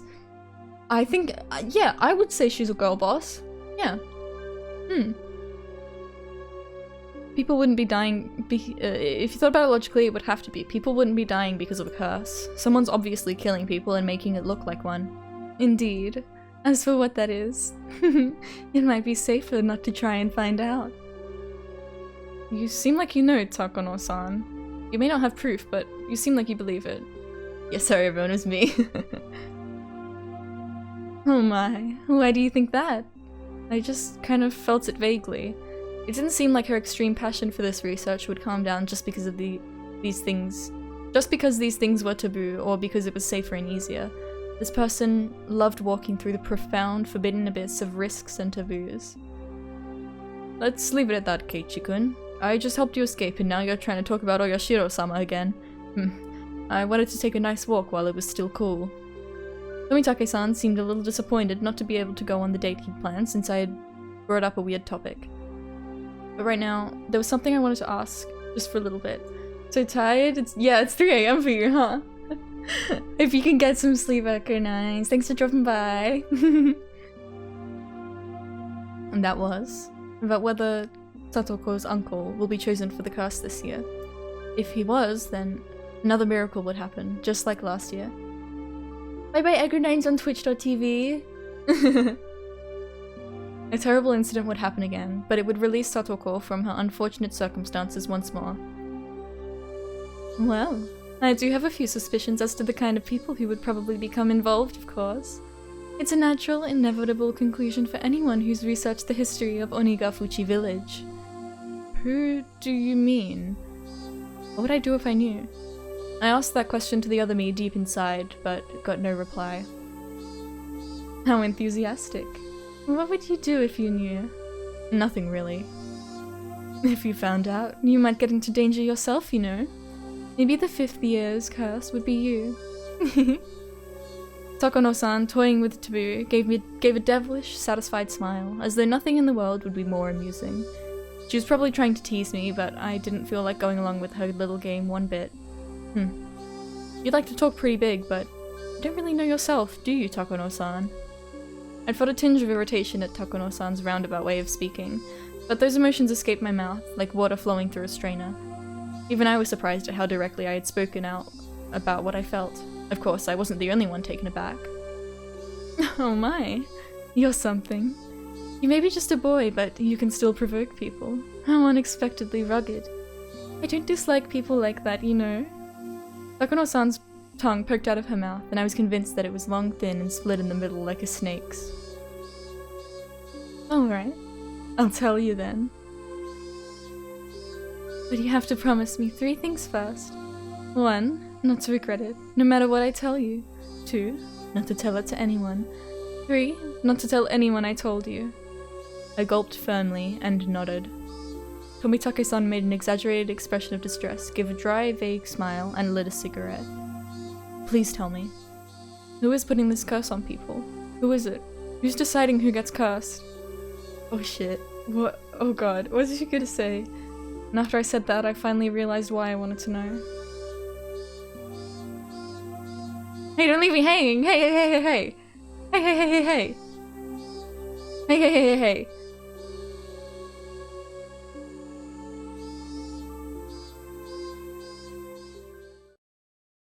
Oh.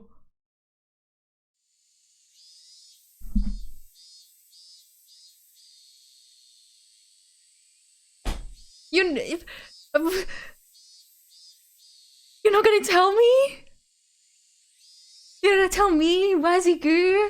But I really wanted to know. Many of my classmates were playing freely in the schoolyard. Does Keiichi know? Dude. Many of my classmates were playing freely in the schoolyard. A few of them had just run out of the school building after putting on their shoes and tapping their toes to the ground. It looked like they had just finished eating lunch. From a time-manipulating standpoint, I guess I succeeded.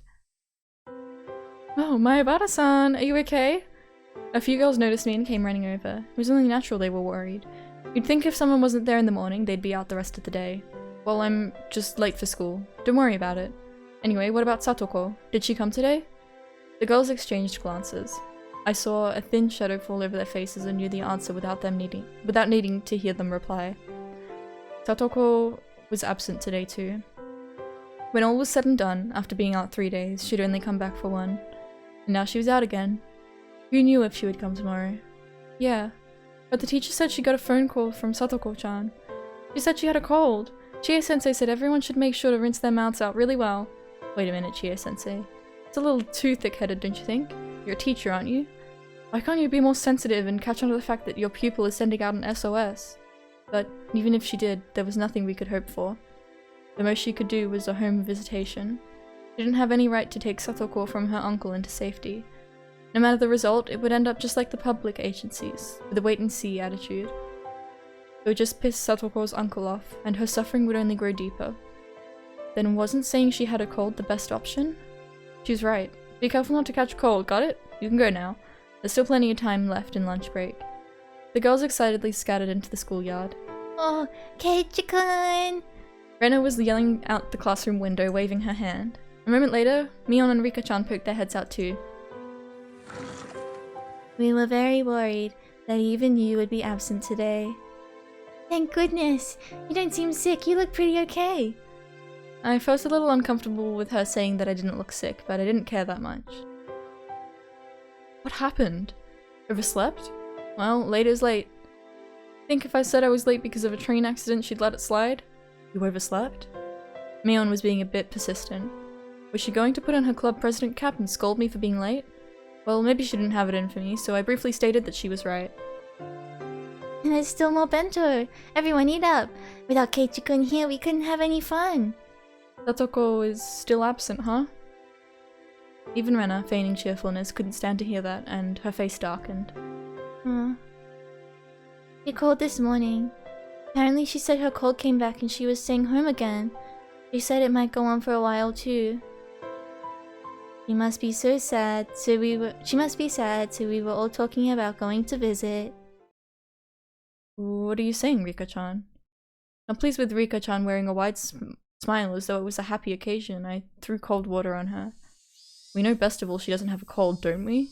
Don't ever tell a fib like that again, even as a joke. I'll get mad next time. Rika-chan furrowed her brow, looked down, and mumbled an apology. It's not just you, Keiichi-kun. It's hard for everyone. And no, I know I'm not the only one worrying, but none of us can do anything either, can we? That's true, but...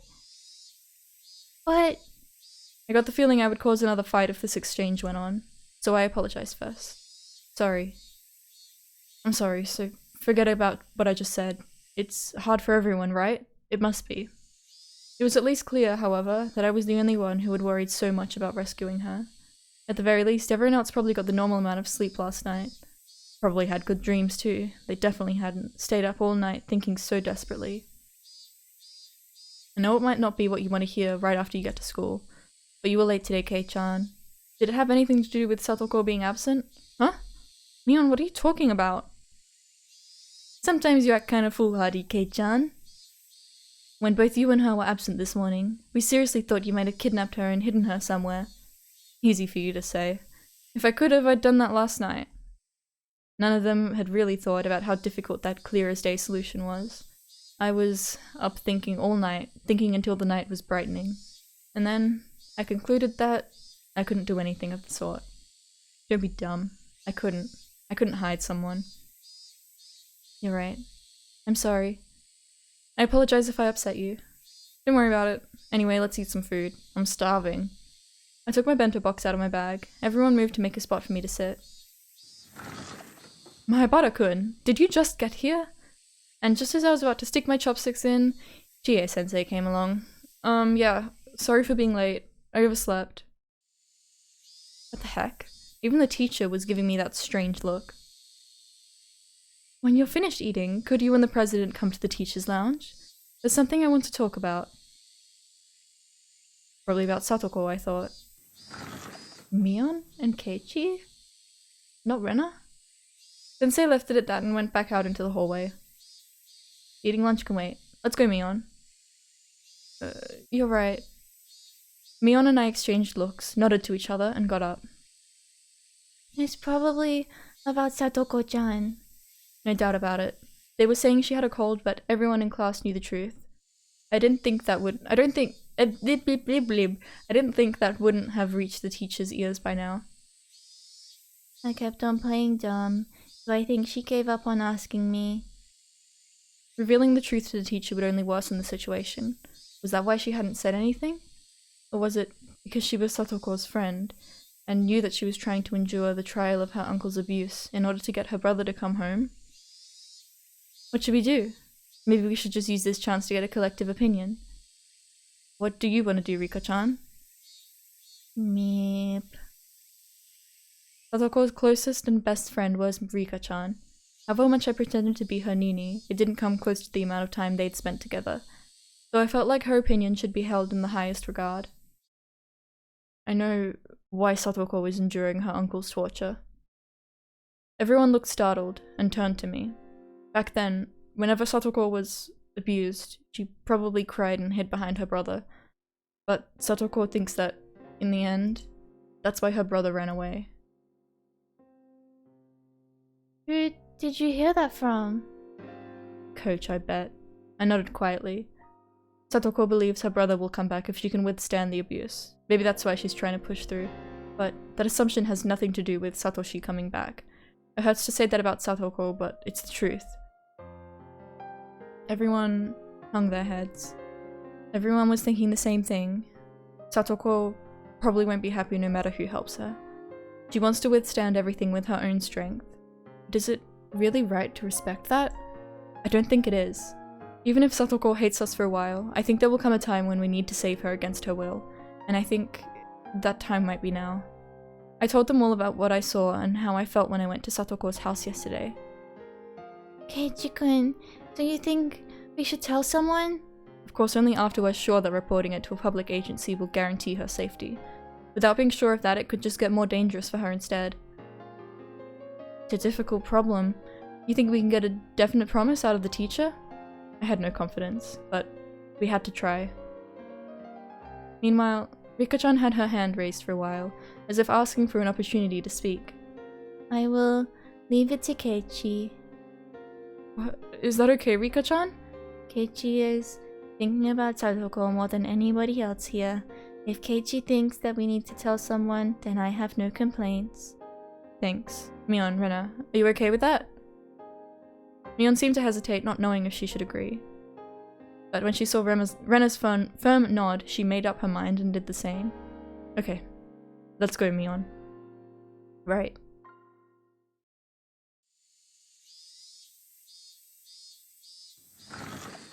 Only Chie-sensei was in the teacher's lounge. We didn't see the principal anywhere. The schedule on the blackboard under the principal's name said training, going straight home. Our principal's sense of justice was too strong. Satoko's problems wouldn't be solved with something so vague. Maybe it was a stroke of good luck that he wasn't here.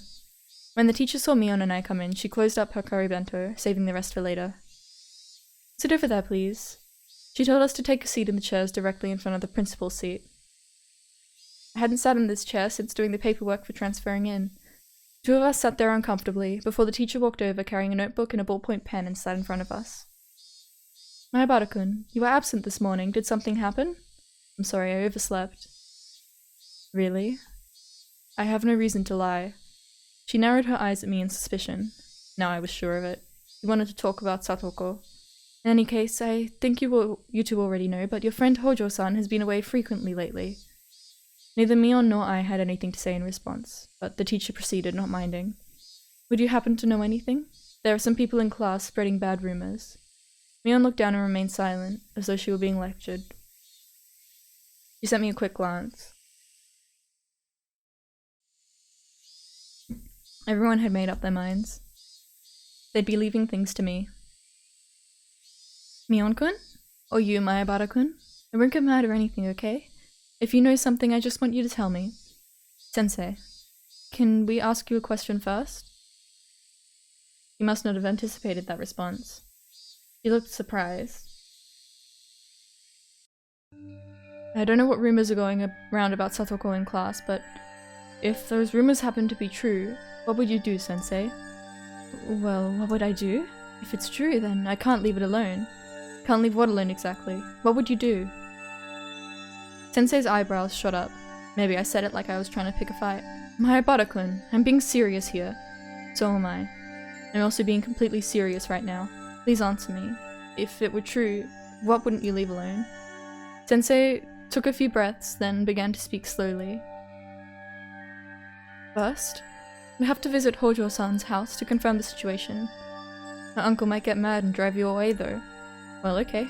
Let's say you did meet with Satoko and her uncle. Then what? Then I'd ask whether it was true. Once I got the facts, I'd go from there. Please stop talking so vaguely. What exactly would you do? Even despite my tone being so provocative, Chie-sensei bit back her emotions and listened calmly. I thought then that she was a good teacher. Chie-sensei really did have her students' best interests at heart. But she didn't have the power or the authority to save Satoko. If she let her sense of justice run away with her, the situation could get more complex. Sensei folded her arms, and for a few moments she closed her eyes as though mentally concentrating. And when they opened again, there was a strictness in her eyes I'd never seen before. There's a law called the Child Welfare Law. It clearly states that abuse against children will not be allowed, no matter who it is. So it would seem. Then what? I'd contact the Okinomiya Child Consultation Center. You said just now that I would be turned away, didn't you?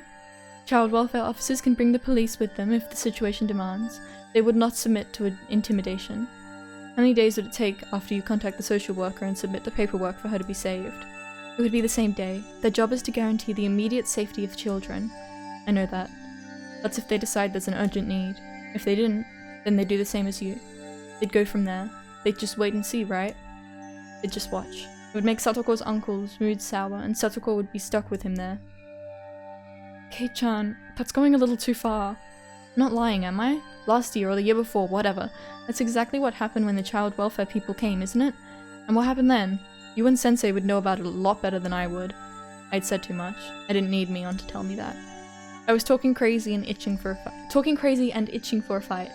I was supposed to be telling her about the situation only after I was sure we could save Satoko, but I basically told her everything right from the start. Chie-sensei looked at the clock, stood up, and picked up the phone at the principal's seat. Hello? Put me through to extension 3455, please. Is this okay, Kate-chan? Is this really okay? It was too late. The die had been cast. Now we could only pray. Oh, thank you for answering my call. I'm Chie, a licensed teacher at the Hinamizawa branch school. Would Director Watanabe, that's Mr. W, happen to be in the guidance office? Yes, that's right. Something urgent came up, so I'd like to contact the principal as soon as I can. Yes, thank you. Please tell him immediately. Yes, thank you. Director?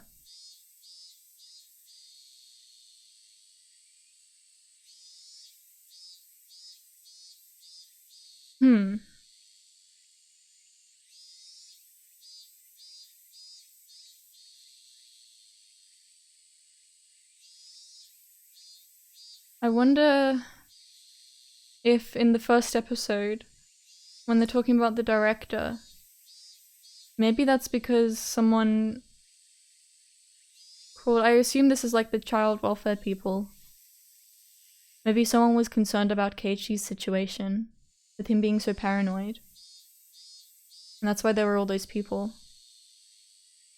Interesting. The teacher put down the phone and tilted her head back and took a breath, like I always did. I'll ask the two of you again. Are the rumors going around class really true? Yes. Yesterday I went to Satoko's house, and I saw for myself just how bad it really is.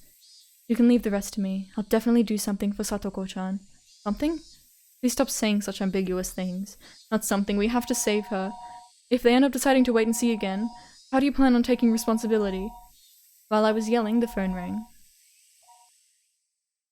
Chie-sensei snatched the receiver up first. Hello? Oh, I apologize for interrupting your training. Yes. Actually, it's about the issue with Satoko Hojo-san, yes. Sensei waved us away, telling us we could leave now. Mion went to leave, but I held my ground. I had a responsibility to make sure she stopped saying such vague, ambiguous things. If it didn't look like she was going to say anything substantial, then I'd tell them the truth, even if I had to steal the phone from her. Yes. No, I haven't contacted them yet. Yes. I haven't confirmed it, but it seems pretty bad from what the children are saying. Okay, so she's doing this to get in contact with the principal of the school. Nimizawa branch school. Director Watanabe. Is that the principal? I forgot if we've like met the principal. I'll have to take a look at my notes.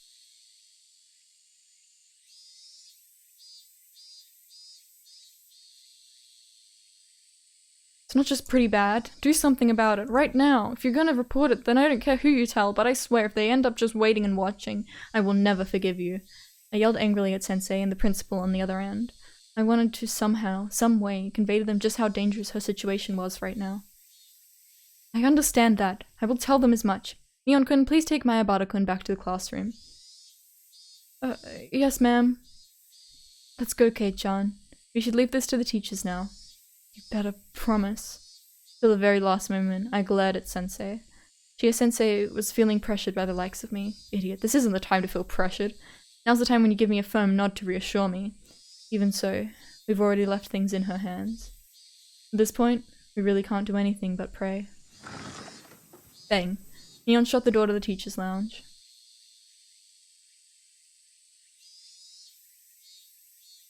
Wow.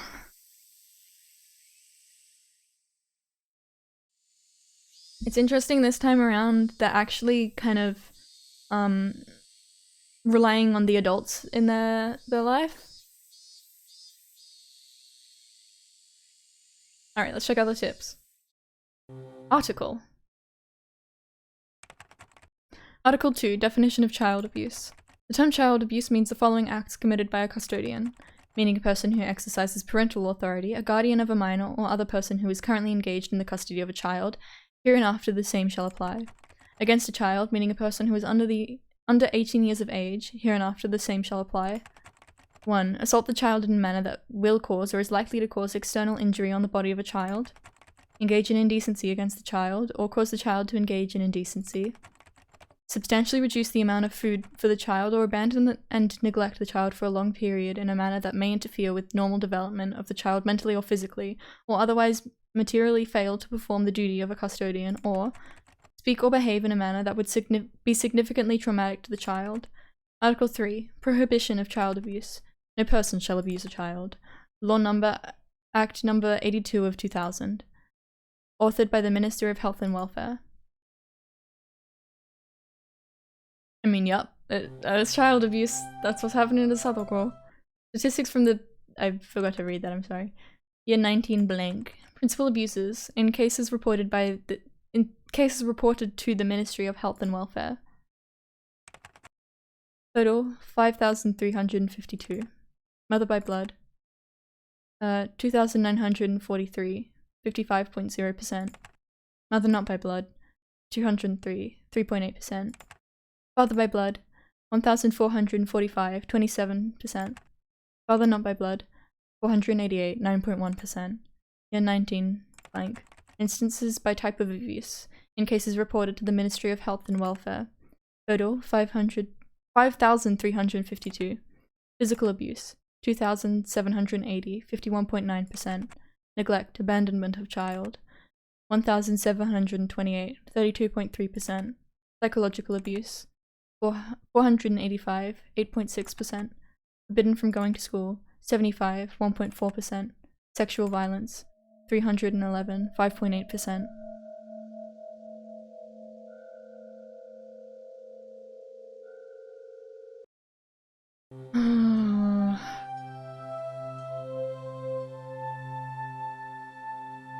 Well, I hope everyone's alright. This one was a heavy one. Yeah. Ooh. We got through chapter 7. We're getting through this. I'm really enjoying this. It's God. Oh, stretch. Yeah, in these like parts of the playthrough where shit's getting heavy, take care of yourself. If it's too much, you know, you don't have to, like, if you're watching live, you don't have to watch it live. If you're watching the VOD, you know, like, you can take breaks. Yeah, take care of yourself. But yeah, wow. Poor Satoko, and I'm really interested to see what happens now that the teachers are involved. Because they have like a duty of care, you know? And also, what the fuck did Takano say to Keiichi? We didn't get to see what she said. But I wonder if what she said is gonna influence how this plays out. I wonder if we're gonna be able to figure out what it was that she told him by the way that Keiichi thinks or the actions he takes. And I wonder if Tomitake is going to be the one that dies. Or if it's going to be the uncle. Because, I mean, I think probably next chapter is going to be the Watanagashi. Chapter 8 or chapter 9 probably. Because it's getting real close. So yeah. Thank you all very much for coming along. I probably won't be streaming tomorrow, and today is Tuesday. I will hopefully be streaming on Thursday. I probably won't be streaming on Friday because we're gonna be dog sitting for like a few days, so but yeah, thank you very much for coming along. Everyone have a good day or night, and I'll see you in the next one. Bye bye. Bye bye everyone. Bye bye.